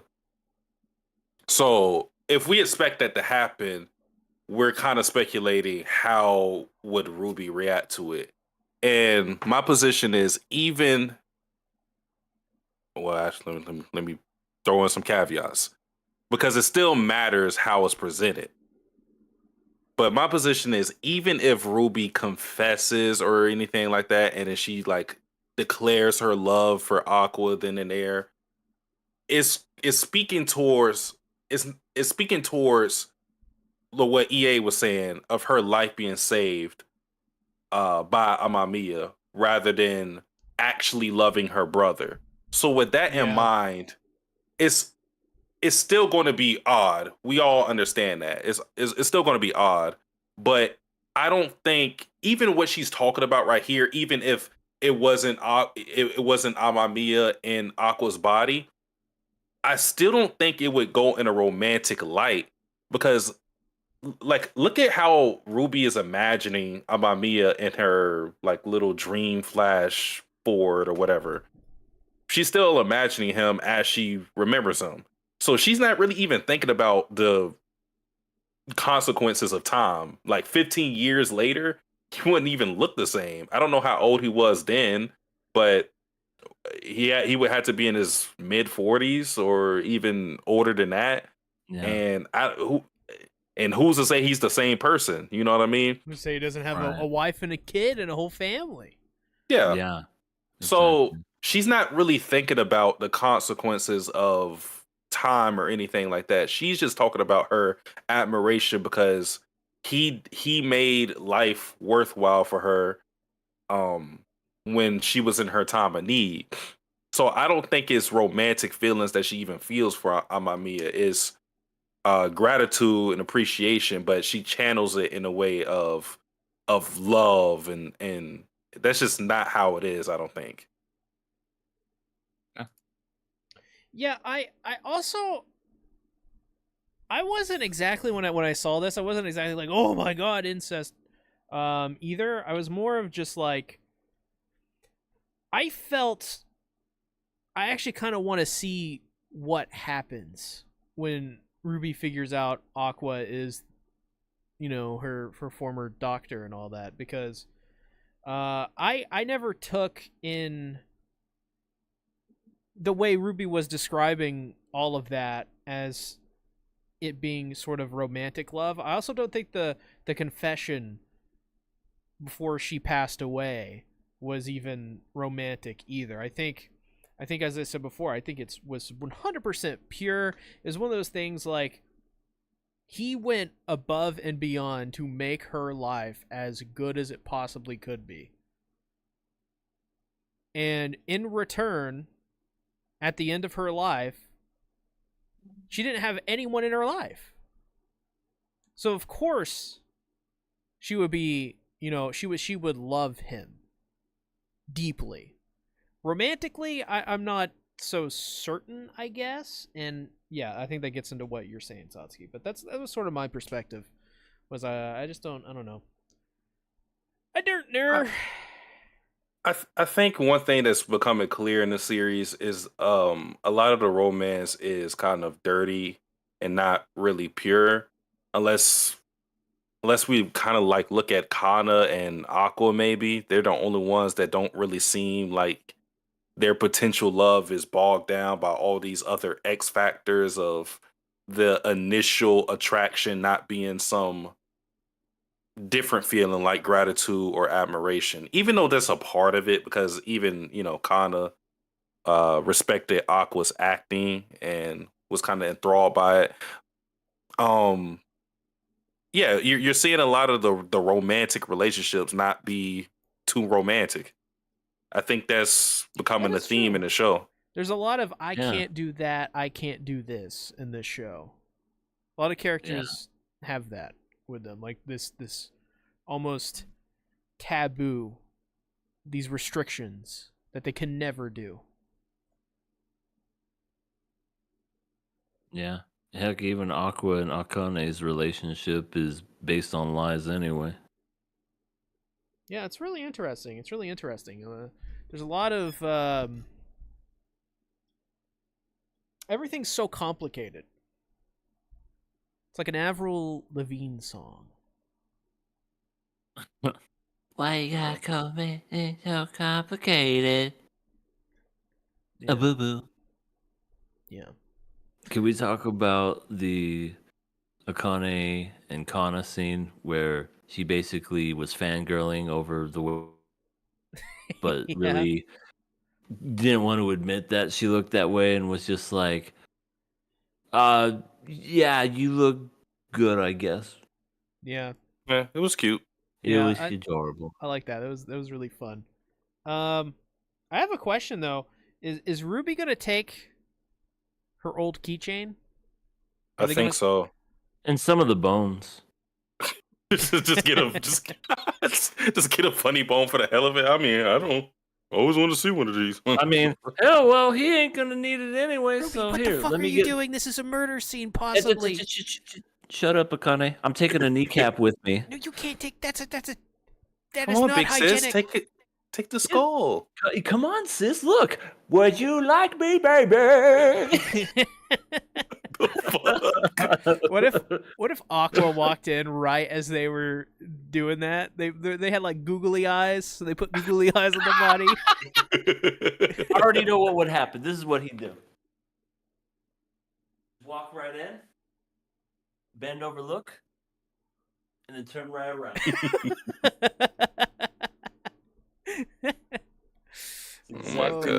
That's exactly what he'd do. He'd be like, I don't like where this is going. I'm going home. Yeah, I think that's what's going to happen though. Either she's going to take. Well, I do think she's going to take the keychain for sure. And maybe the name tag, but I'm not sure. But either way, the existence of that keychain is going to let Aqua know if he ever finds it or she ever shows it to him. That she found his body or like the location of where his body was. What if she took the glasses and started wearing them, and Aqua was like, you look familiar. You look familiar, Ruby. No, not the glasses. Why do I like the way you look right now with those glasses on? I don't know. I'm disgusted. Yeah. Yeah, we put the idea in people's heads now, so now there's gonna be a lot of fan art of Ruby with googly with eye skull and bones and dead body pieces. Yeah, I wonder if they're gonna call the police and report it the body. I would hope so. Nope. It's a missing body. Oh, right. This is anime. You never report anything in an anime. Well, that would fit into like as we were talking about before of all the things they can't do. Maybe they couldn't do it because they're in the entertainment industry, and if they, I don't know, maybe that could harm their something. You know, you never know. Just report it as anonymous. Kana is too much of a criminal to do that. Yeah. Talking to the fucking cops, Ruby. What are you, a snitch? You want to see what's in my hand right now? This is a knife. This is a homemade shank. And if you talk to the police, it's going right in your back, right in the kidneys. A plastic fork and 2 lunch trays. But Akane, like, you're not in prison. What the fuck, man? I get really bored because Aqua doesn't fuck me. The 2 things I think about: sex with Aqua and prison murders. Wait, what? You want to see me bury a dead body? Ruby's just like, I don't want to call you big sister anymore. Oh, you're gonna keep calling me that. You're that gonna call was a me weird Warden thing too. Her calling her Akane big sister immediately. Yeah, you don't get very trustworthy and warm up to the first person you just meet, Big and then just be like, "Hey, big brother, I just met you. Be sure to marry Aqua and have lots of kids." Yeah, I'm like, bro, that would have been so awkward. Jesus. As Kana is just over there wanting to kill herself, she's just like, yeah, Kana. Oh, I hate it. She's gonna put back on the Pepper outfit and be like, "My life's over. Time to go back to Pepper dancing." The Pepper dancing? Yeah, remember she dressed up as a pepper as a child. Yeah, like the bell pepper, or it was something like that. I don't remember that. I'll take your word for it, though. Yeah, it was when she was taking like any jobs because things dried up because of her attitude. Oh, right. She thought she was better than everybody. And then it's like, all right, read the fucking lines about bell peppers. Bell peppers are good. Nope, do it again. Don't make us get out Akane. She's got a shiv Made from made from a a plastic fork and 2 lunch boxes. Is that what you said? 2 lunch trays. Lunch tray, excuse me. Trays. Jesus. That's French. Lunch trash. Yep, last episode of season 2, next Sunday is when it comes out. I don't want it to end as much as this episode was kind of just weird all around for many different reasons. I wonder how it's Show's going great. to end. Yeah, I am too. By the way, this is a Killer Pass episode. I mean, I'm passing. This is a pretty good episode. I really. I don't want to see how it ends. Fuck it, I'm killing it. I want to see Aqua go through his journey of me liking him more and more. Which I bet you never, like when this season began, I bet you never thought. Yeah, I was like, this about fucking that. edgy, random, hot guy. Fuck him. I'm here for Kana. The pepper You think dance. they're gonna have the music video ready next episode, according to Light Ruler? Oh yeah, they got the demo done, so mm, they're working on it. Also, Yeah. he's one of the guys that produces his demos very highly. There are 2 different types of people that make music. There are the people that do like very basic demo recordings, then there are people that basically have really highly produced demos, and those are basically just like studio quality. I wonder what the splits will look like for the money they would make on a song like that. How much would Yeah. Kimura get? Probably not a lot, if any. They would be lucky. They'd probably be lucky to get money. Decrepit Storm says, maybe you're the one going through a journey, see? Oh, that is most Mm. undoubtedly true. I'm on a journey through space and time, man. See, is that why you have the ocean behind you? Yeah, I'm like out in the sea, man. I'm like out here like catching fish, dude, and just like trying to Sea, figure it man. out, man. Trying to understand myself, man. Become one with the waters, bro. Is that why you flock to Aqua too? Because Aqua, Yeah. water? Well, if His that name is were His full name is Aquamarine, by the way. Ooh, there you go. Well, man, like if that were true, man, then I would like Aqua from Konosuba, dude. And that's just not Yeah. true, man. She's useless, bro. Love Aqua. This last season, she was great. Yeah, you're actually right. I actually do kind of like Aqua. Fuck. she wasn't even useless this past She's season. very drunk. Oh, this is the bell pepper.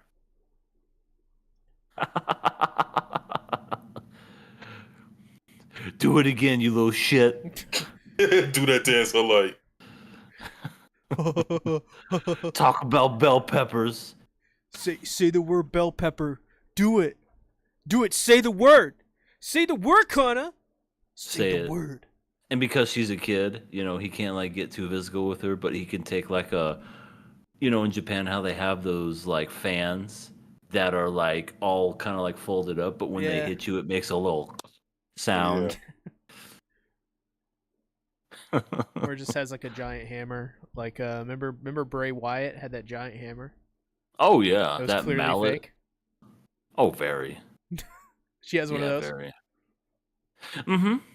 Yeah, she has an Amy from Sonic kind of hammer.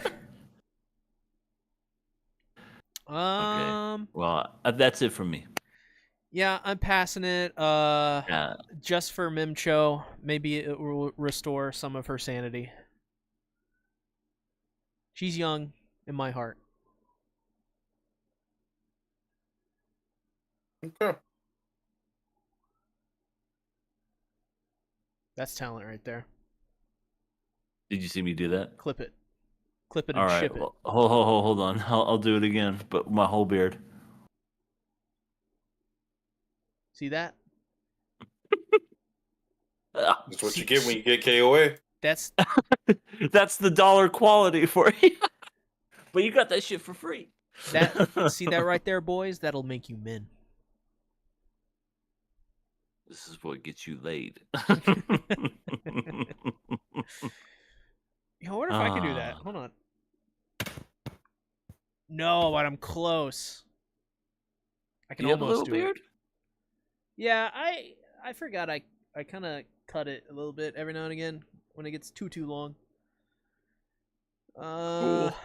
Because I can't do a full beard. I can only do a goatee. I was not born with good genetics. Oh. Yeah, I got 3 legs. The third one. Oh, Oh. So you really just No. right down there? No, I'm like a tripod.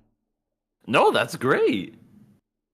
The fact that you're a tripod, I have to you have must be a wheels. hit with the ladies. No, I have like an actual third leg. I believe it. You If keep you telling wanna us about it. if you want to sell it, let me know. Well, the thing is if I get it removed, I'm gonna like die or something. Uh, Yeah. but let me know. Yeah. Yeah. No. Yeah. Yeah. You can have it. Fuck that leg. Anyways, let's get into the final episode of Le Fable. No season 2. I mean, not the clap for season 2, but yeah, they haven't announced anything, and it kind of makes me sad because I'm gonna be honest, I wanted more with the You ending. you had to read the Christmas party chapters at the very least. Yeah, Did they I did need they to. adapt the thing that you were hoping they adapted? No, that's what I was hoping for the Christmas party. Dang. It has some of the funniest moments, and it has like one of the more emotional moments in the series as well. Like I would seriously recommend. I could tell you guys what chapter to start from. If you don't read anything from that series, at least read the Christmas chapter. Is it Okay, on Manga Plus? I got a better site for you, of it's probably the same site you hooked me up with. course. Is it Manga for Life? I'm not saying. Manga See, Dex? see, What are you We doing? only got like Ixnay on the one couple Angame. viewers. No, a couple. Do you see how many subscribers we have, man? A Do you, do billion? you, do you know what happened a month ago? A whole bunch of sites shut down. Exactly, like Ruler C is a snitch. I missed what? Yeah, Kanye would have killed you. She would have Well, given me that she is shiv. the warden, so But anyway, Ixnay on the Angame. Yeah, if they don't announce a season 2, I think I might just read the series and just go from there because I don't know how well the series did. I mean, I know we kind of like been saying that when it comes to the series, like it's kind of doing decent, but the way that it ended, I was like, that can't be the last episode. That just felt so abrupt. You know, like they were in the middle of something and there wasn't really many loose ends. Hell, the last episode felt more of a loose end tied up episode than this one, but what can you do? yeah. Trying to No, see where it ends. I I don't know how to feel about this episode. Because it had a lot of the stuff that I liked, but yeah, I don't know. I don't know what to think about it. I liked the letter. I liked all that. I liked the Yoko stuff. That was pretty funny. I don't know. Maybe yeah. It just felt like another sort of episode. I loved it. I think it wrapped up the arc great. we saw the consequences with Isaki first because Kainuma's body washed up. Dude, the very first part of this episode, Kainuma's body is showed up butt ass naked and Yeah, dude, that was great. Way, Didn't we? he has boxers. Did we Okay, theorize box. about that in 1 week? Or Yeah, because he was speculating like, oh his pants. Oh no, he saw his pants. He was like, oh shit. So we were like, is he gonna be butt naked when you see him or what? Yeah, well, I guess he's got his boxers. He just he forgot the war belt that day. He still has his dignity intact. At least they Yeah. couldn't kill that. It almost felt like when, and I'm talking about at work, when they found out that he was dead, they kind of were like, "Oh, that's a shame." Whatever. So about that Christmas party. Yeah, I hope to see you there. I love that. Immediately, the boss was thinking about hooking these two up. You just found out one of your employees died, and he's just like, "Yeah, they make a good couple. I'm gonna hook them up. I'm gonna get them to be a couple." Fuck Kainuma. He was a great worker. It always, well, to be fair, he did act extremely weird. You know, the last time he technically saw him, so we didn't really know what he was going through. So in his, and I'm talking about the boss, in his mind, this guy was a good employee and then snapped one day and almost killed Misaki. Yep. That would be crazy, though. That would be one of those, what the fuck just happened? Yeah. Read what you saw. Absolutely. I don't feel bad for him dying or anything. It's just, you know, when it comes to the boss, he's oh, that's a shame. Let's hook him up. Kainuma, yeah, he did try to kill Misaki. I need the Fable to be with Misaki because she seems to always be getting either almost fucking dying or almost killed. I need somebody like Akira to protect this woman. It's not that they go good together. It's just that he could actually protect her. Yeah. So yeah, they clear up loose ends with Isaki because when Kainuma's body washed up, that obviously indicated that Isaki didn't do his job and he lied. And given that he was trying to skip out of town, you know, they killed him mafia style. You know, put him in the car. You'll be good. You don't got nothing to be scared of. Yep. And that was that. Yep. That was that. I mean, yeah, that's kind of what happens when you get involved with people like this and you don't deliver on promises. So it was to be expected. Yeah, absolutely. I didn't think it would get very far, to be honest, but freaking Koro, this man has got a lot. He's been through a lot, but he never really got his hands dirty, so to speak. He was always kind of like on the outside and kind of helping behind the scenes, but he never killed anybody, never lifted a finger to bury nobody. Just, well, he did get a duffel bag full of money, and on top of that, Akira gave him that money, so he's now rich. Not for long, because he has to pay off that car now. Oh yeah, right. I forgot about that, dude. I love that scene in the manga. It's funny in the anime too, but it's funny in it's funnier in the manga, I believe. That it is funny because he was just like, oh, wait, where's my car? Oh, I took care of it. yeah, I took care of it. It's like, Huh? you gave me a key. What the fuck am I supposed to unlock with this? It was just funny, like the build up to it, because he's just smiling the whole time. He's like, you got rid of it. What do you mean? I told you to give me the key, right? Yeah, I gave you the key. What the fuck am I going to do with a key if you scrap the car? I wanted you to dig up the car and repair it. Oh, you should have said something. I don't know how much that car costs, but how he's talking about it, I don't think he's going to be rich anymore. Yeah, it seemed like also it seemed kind of like priceless to him. Like it didn't even matter how much it costed. Yeah, like it was sentimental to some degree. Right. Yeah, I think it was more of a sentimental thing than it was about how much it cost. I mean, I'm sure it was a pretty penny, but yeah, for sure. That was funny though. Just the you stupid idiot. I'm gonna kick your butt. Whatever happened to that one guy? which The one? one, the one that had a thing for not Misaki, but Yoko, who was kind of the creepo in the car that smelled bad. Takahashi.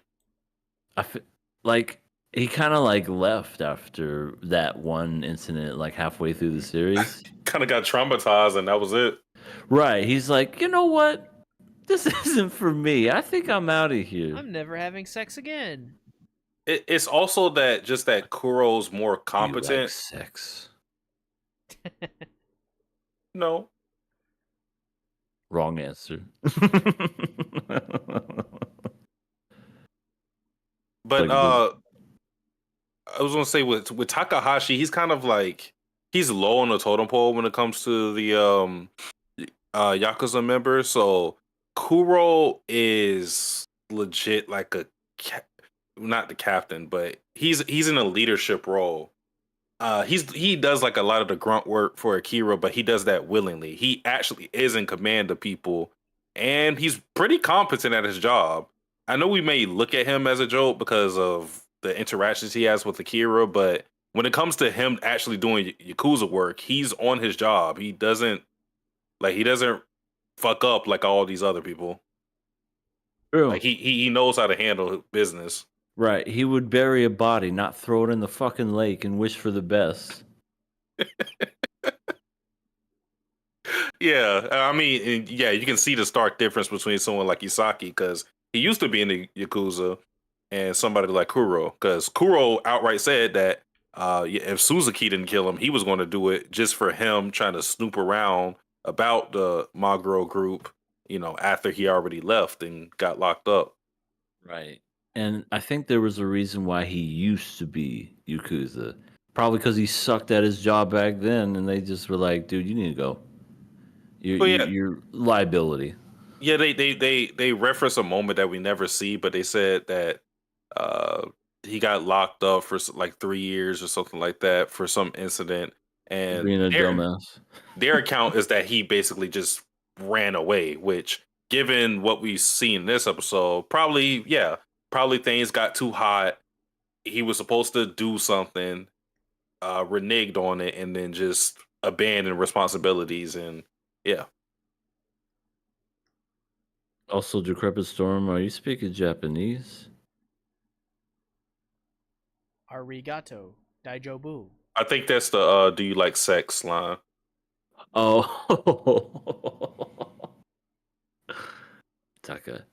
Takahashi Seksu Wasikaska? Anyway. I would be terrible at trying to say anything in Japan, especially if I was a tourist. I would say that very word right there, and people would look at me like, "What the fuck are you trying to ask me?" I think he said something about sex, dude. Just keep walking. He's American. Don't look at him. Oh my god. Fucking American. Keep going. But yeah, trying to think what else happened this episode. Yoko's scary. She's Well- scary. What do you mean she's scary? Yeah, remember But when he was that's like, what give my Suzuki said. regards to your scary sister. Oh well, that's because she whooped his ass. Which And I thought she's that was a scary. good conclusion to his character too, because his whole thing or his plot point was trying to kill Akira because he felt so disrespected in his profession that somebody beat him or that Yoko beat him that badly, and then Akira just like let him go because he didn't see him as a threat. I thought that was a good conclusion. What we got with him in the conversation with Kuro, because he goes to Kuro, "Hey, I know you want to be like him. Nah, that if there's an Olympic sport for this type of business, Oh, he would get yeah. gold. Nobody's like him. He just so that's the conclusion because he kept trying to. He felt his pride was hurt because he's been doing this for a long time and he kind of just got punked. But the conclusion of his character is that Yoko is different in her own right, but especially that guy is in the league of his own. He's just a genius at what he does, and I cannot replicate that, nor will I try to. Right. There are just some people that no matter you could train for months, years, whatever. There's just some people that are just gonna be better than you. It's just a fact of life. If only Vegeta realized this. No, he wants to go in the hyperbolic time chamber and cheat. I'm better than everyone. No, you're not. You're not better than Goku. Goku always whoops your ass no matter what. Yeah, well, I am better than that shrub over there. Watch You me mean that watch was? Cell power up to full form and watch me defeat him. What Oh, would okay. you do if your race was dwindled to a handful? Oh, here we go again about the It happened 20 years ago, Vegeta. Let it go. All right, old man. You contribute to some of that. Right, right. You did kind of lead to the end of your own race by, destroying other planets and your Uh, father being greedy and all I that. was I was talking about trying to kill Goku. Oh, I see what you're saying.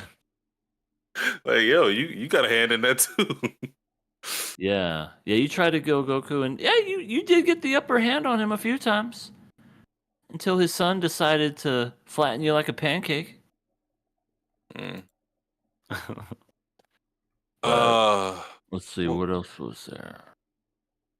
I like Yoko's frustration at getting tricked out by the fake grenades. Like she's still like thinking about that moment because she sees Akira step in and I guess it's showing a character trait that wasn't really apparent with Yoko, which is the pride that she takes in what she does.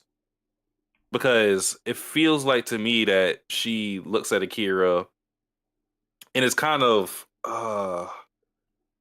she feels she feels like inferior to him, Mm-hmm. Yeah. obviously. And she understands that it's not like she's delusional or anything like that. She understands Akira's stronger than her, but um she doesn't like to admit that, it seems, or she resents the fact that Akira is so much above her, because I mean, I feel like you had to have somewhat of an ego because even Akira, he may seem like he doesn't have an ego, but he always says, I got to do things like a pro. So he takes pride in his work too. And it seems like Yoko does as well. Yeah, I feel like Yoko kind of has an inferiority complex. I feel like even though she does really good and she's pretty, like, she's definitely above average when it comes to her profession and everything, but she sees someone like Akira and she wants to be that but can't. It's definitely one of those where she just feels like, I just love the way that she gives her performance too. Just the way that she would say something too. She just does it in that really high droning kind of way. I just, it's just you can tell she's annoyed. Well, that's one thing. I also think the moment where like she's showing Akira needs to show emotions.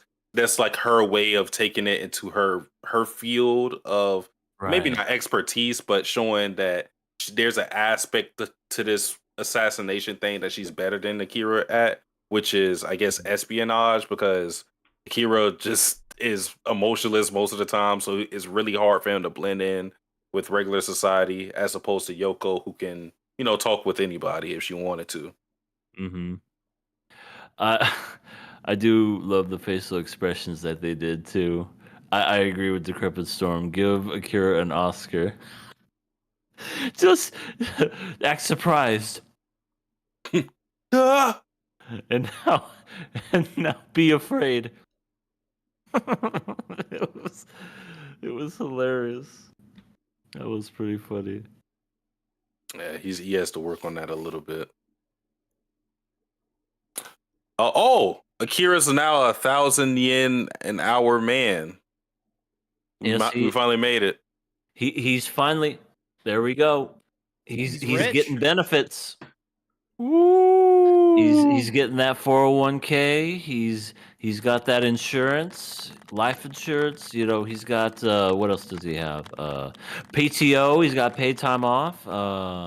He's upgraded a pizza every other week on his budget now. There you go. He can afford another pizza. Yeah. He can afford like one TV subscription now. There you go. He can Just get one though. Yeah, just one, and one that's like on sale. It's like first 3 months of $2.99 or something. And he's gonna land Misaki. Well, Yeah, maybe. maybe. I mean, does he even think of her that way? I don't know. He'd probably be like, "I'm in my Jackal romance arc." Speaking of Jackal, It got confirmed for a season 2. He got a season 2 before the Fable. A 25th Oh, season no. or whatever they're on. And I love that too. Akira's like, looks like things are looking up for Jackal. Good for him. By the way, that wasn't in the manga. So Oh. I wonder if maybe that's a pseudo message in a way. Yeah, maybe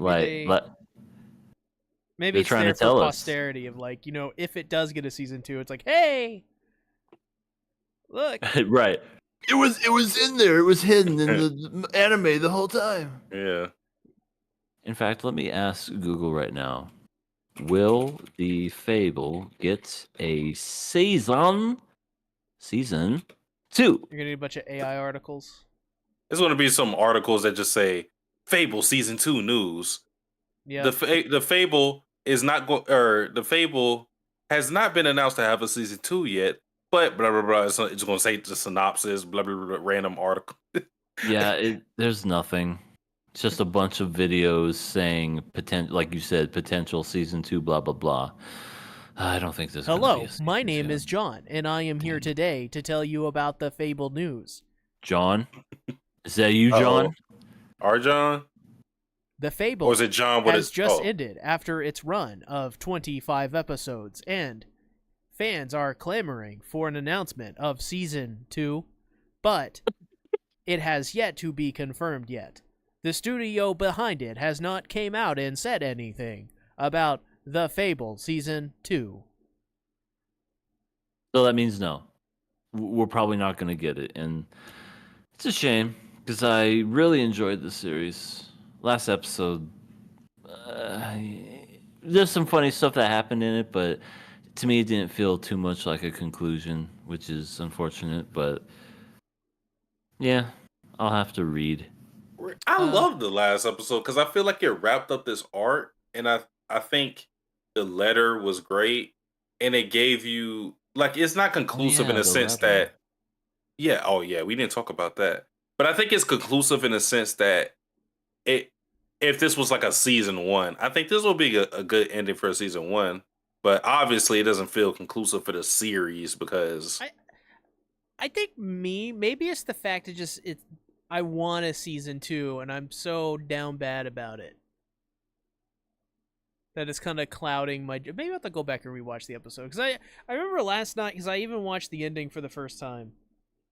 And just to see if there's after credits and kind of being bummed out there was no season You 2. watched the ending for the first time? How dare you? oh my god, There's a little bird, little bird at the end. It's cute. La la la la la la la la la la. The Griffin Storm said also Akira talking about Yoko. Alcohol's her staple food. Fucking A. That was a good It's the line. truth, though. That was a great line. That's something to look forward to though. The drinking game between Yoko and Prez, because Prez is a heavy Ooh. drinker. Oh. See, that's what I want to see. Yeah, that sounds like that sounds awesome. I'm telling telling you guys, read those chapters. I need to. And I think I'm going to. I mean, if you read a Fable chapter, it's very quick to get through. Like, how many chapters? So there's But Satsi, I don't know how to read, and my reading comprehension at that is even worse. And 5 I chapters. think I failed at math. What you gonna learn today? Oh. Oh no. Yoko Gonna will be- drink until his bosses passes out. I mean, who do you guys got your money on? I know Yoko is like the I mean, to be fair, Yoko, I think they'll fall in love. I They'll I be like, can I see like the way you hold your drink. they both get blackout, stinking drunk. They look at each other. They God, I fucking love you. they fall asleep into each other's arms and wake do up more and than don't that. remember anything.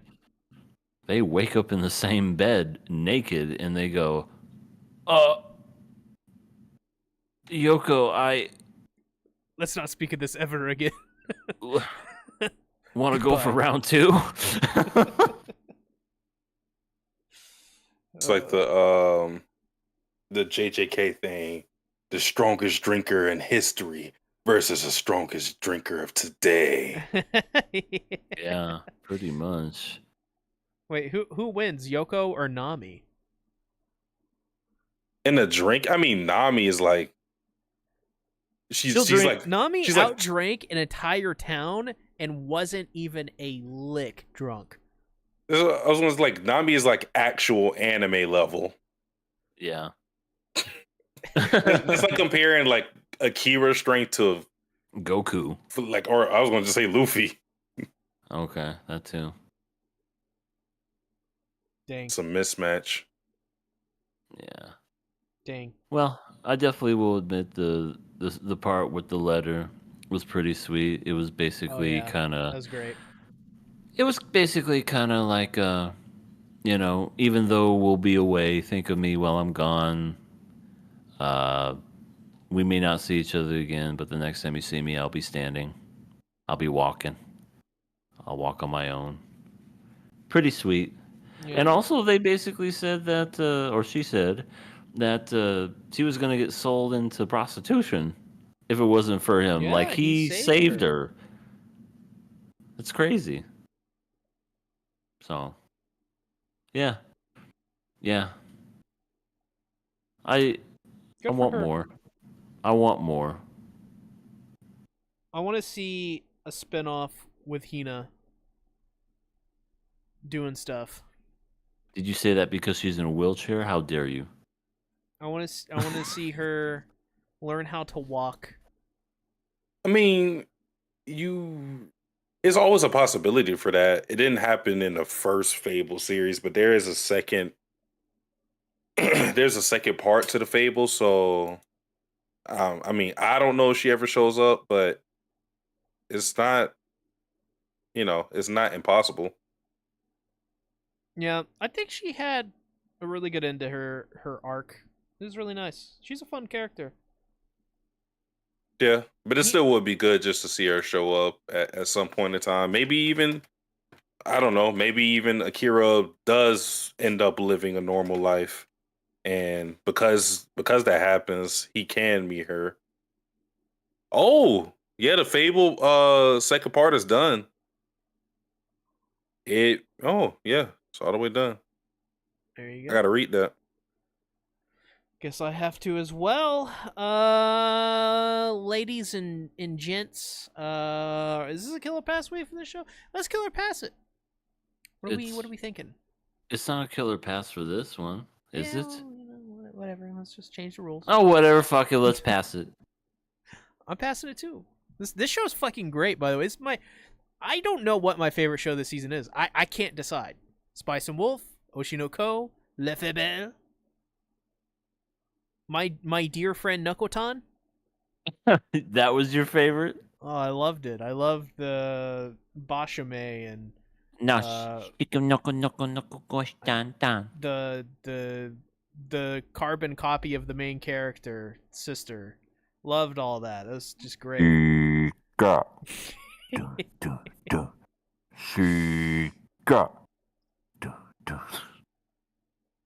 But yeah, no, I'm really glad Satsuki locked in the show. Me too. Me too. Satsuki always has the best picks on I feel KOA. like I definitely would have overlooked this one, and I'm glad you locked this in because it was an experience for sure. Yeah.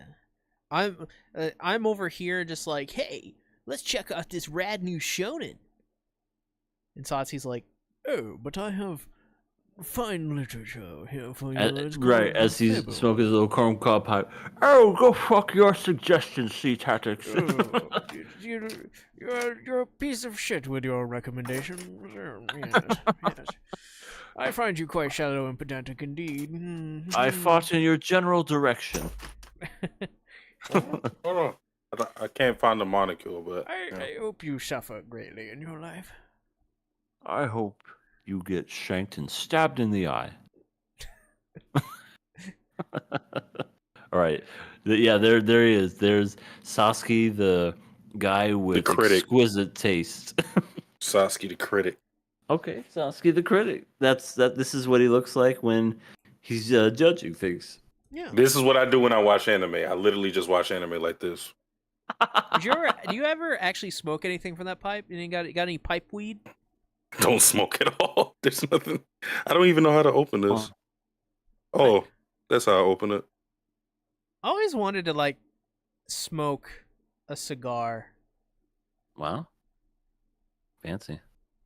I've smoked a cigar before.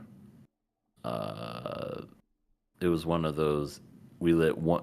It was so cheap. We lit one cigar and we just passed it around, acting like we were big shots. Yeah, isn't it supposed to like get you like buzzed or whatever? That's what I've heard from my friends. It's supposed to, but I think I do it wrong, to be honest, because I tried smoking like just regular cigarettes before, and I'm just like, I don't get it because I didn't even cough like the first time I did it.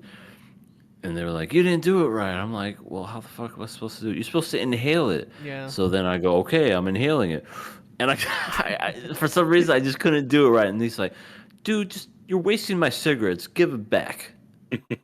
So Yeah. that was the last time I smoked cigarettes. Yeah. That's like the first time I smoked weed. I was like, the fuck? This is nothing. And then I never did it again. Yeah. When, Cigar we passed around, but other than that, yeah, never got into smoking.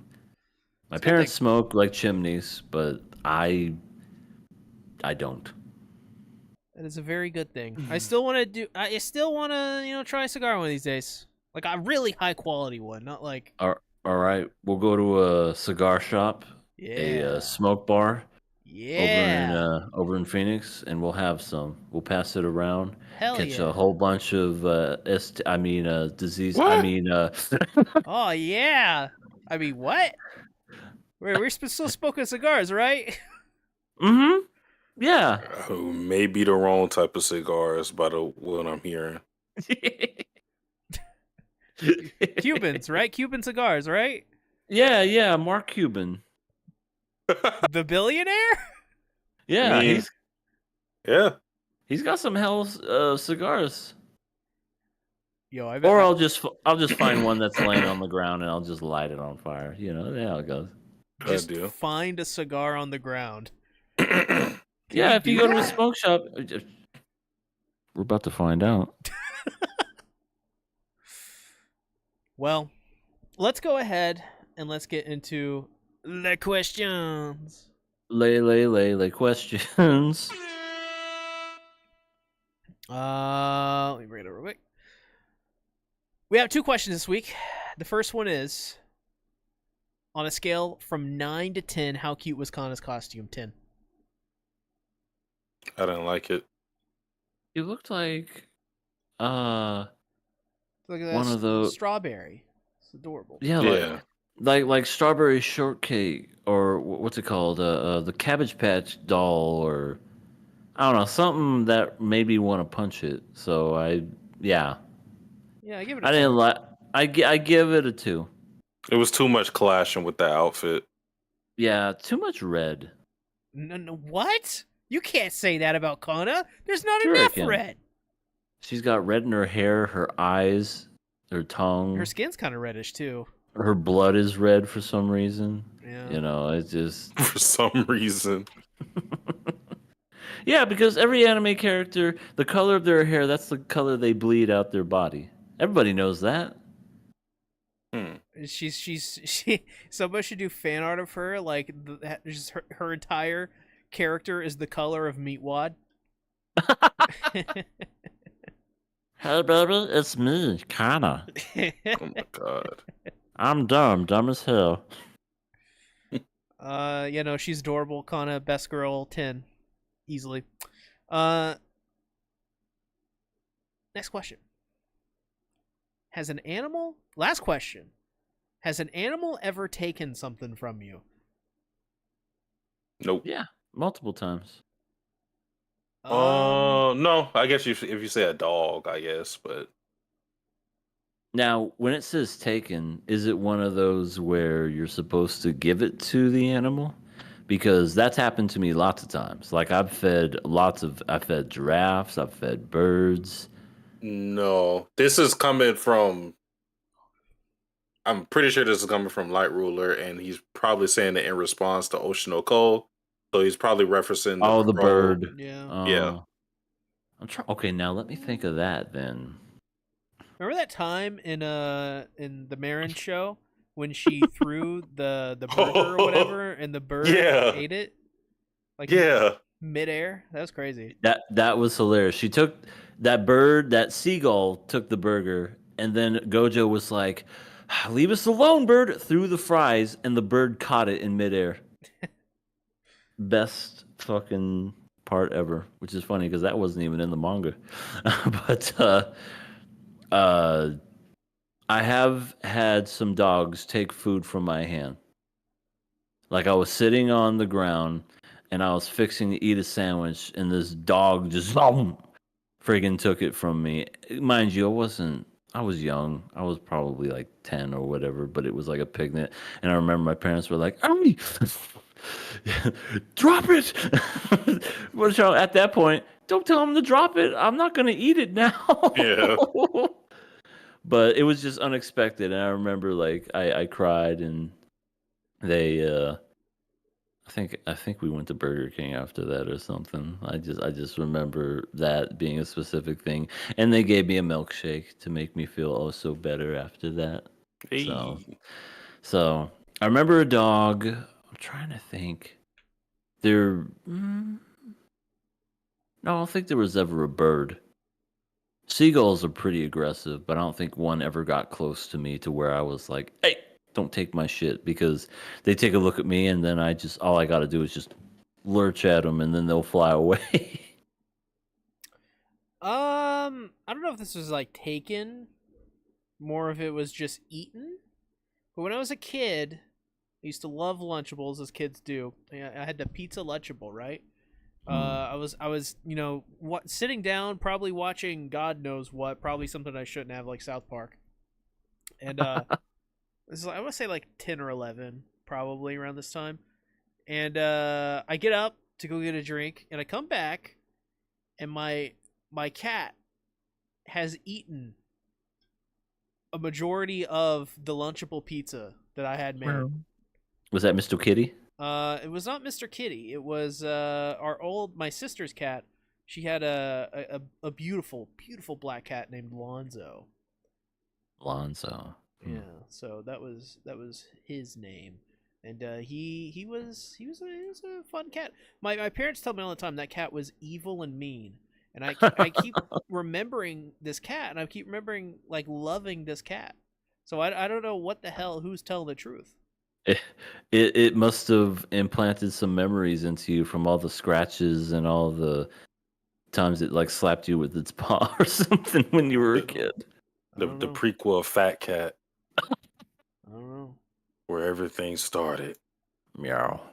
He got his first taste of a Lunchable and couldn't stop.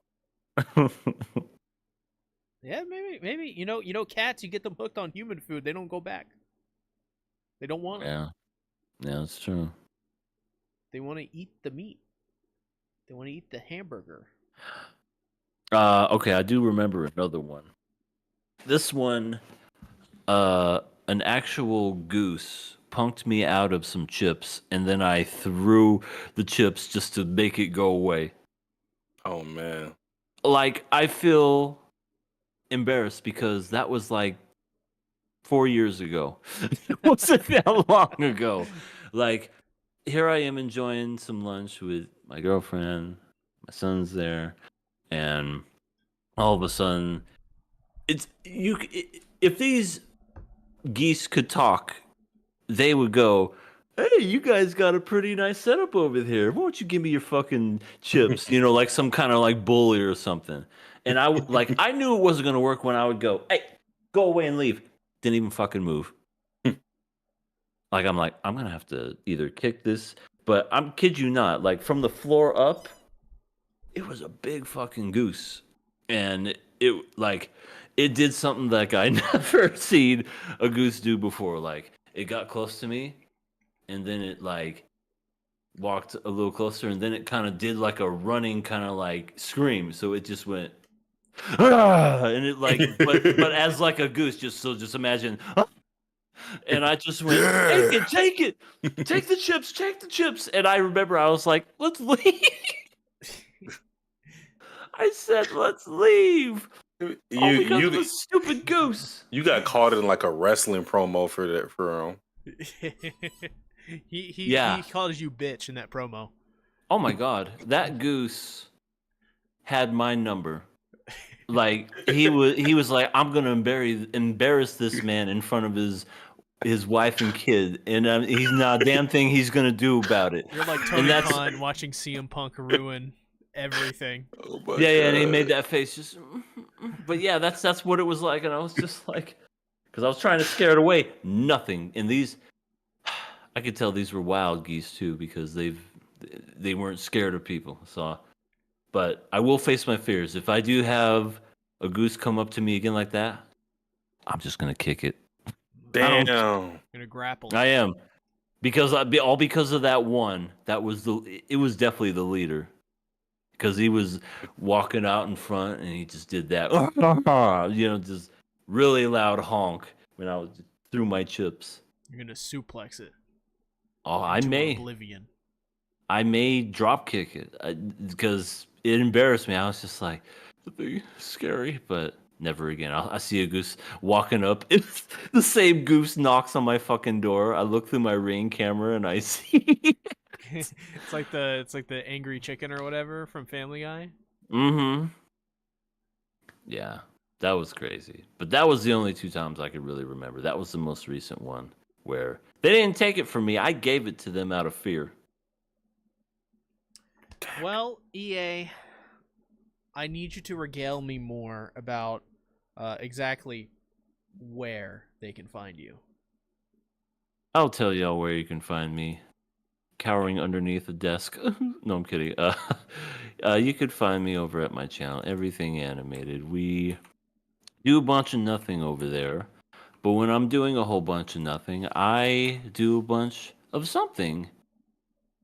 Just don't know what I could possibly do. I'll figure it out. I put links in the description of our Patreon, King of Anime. We did kind of talk about it earlier, but once again, just $1. You can't go wrong with supporting the channel because it really does help. We have a Biscuit account, Blue Sky, Yeah, a Blue Sky Biscuit. account, and that is something that we try to use. So it's right there. Go ahead, and if you haven't created one, create one and follow for updates. I'm also going to link the Twitch. That's right. I have a Twitch, everybody. Everything_animated. I haven't streamed in a good while, but I'm going to try to break that streak and stream possibly this weekend. I need to finish up Danganronpa since I'm at the halfway point now. Nowhere to go from here except further on. So, All roads lead to Danganronpa. yep. Good morning, everyone. I was watching someone play that today too. Oh, how fun. Well, Another beautiful day. But that's where you can find me, all those locations there. So catch you on the next flip side. Yo. Satsuki. It's me. You can find me on my main channel, Sasuke the Savage, as well as Sasuke the Gamer, as well as Sasuke Does Savage, which is my Twitch, and that's not with a THE, that is with a DA in between the Sasuke and the Savage. Where on the weekends I am usually playing something from 3 p.m. Eastern Standard Time to very late in the night, in the morning for some people. Right now, I'm playing Wukong. I'm playing Ace Attorney Apollo Justice. I am still playing Nikkei. I plan to play Dragon Ball Sparking Zero when it comes out, October 11th or something like that. And yeah, those streams are usually fun. And I've been trying to get my main channel back active with Kakaguri and some other videos. So working on that. And very soon, 2 weeks from now, I believe, Hunter x Hunter's coming back, and that's definitely a series I'm going to be talking about weekly. So look forward to it. Right on. As for moi, I did a video today on my second channel, my Dawn to Dawn channel, because a new Dawn to Dawn chapter came out today. And let me tell you, it was really good. Dawn to Dawn's really fun. Tomorrow, new Chainsaw Man chapter is dropping, so that'll be on the Bento channel. Can't wait. That should also be fun. And hopefully this week I actually will catch up to Kagurabachi and I can start talking about Kagurabachi every Sunday. But yeah, there's going to be a lot of stuff coming out this week. A lot of things that will surprise a lot of you, especially you two, EA and Satsuki. It will surprise. I think it'll be quite shocking. In fact, Nothing surprises me with you. Oh my god. Well, sorry. well, let me tell you, it's going to be shocking. You'll see what I mean. Oh, before we leave, the Intrepid Storm is saying, is the award show happening this week? Yes, it is Wednesday, right? This Yeah, Wednesday. I think we should go for Wednesday. Unless something changes, mark your calendars for Wednesday, everybody. Yep. I think we should also be prepared to announce what we're going to watch then. Yeah. I still think we can make our announcements on Saturday or a Sunday, but for the people that show up for the award show, I think it'll be good to announce, what we're watching. For sure. But yeah, there's going to be lots of stuff every week for all of my channels for the next, until the end of this year. So that should be a lot of fun. Other than that, thanks everyone for coming out. I greatly appreciate it. This was a lot of fun. And see y'all next week. Bye-bye. Jenny. Later.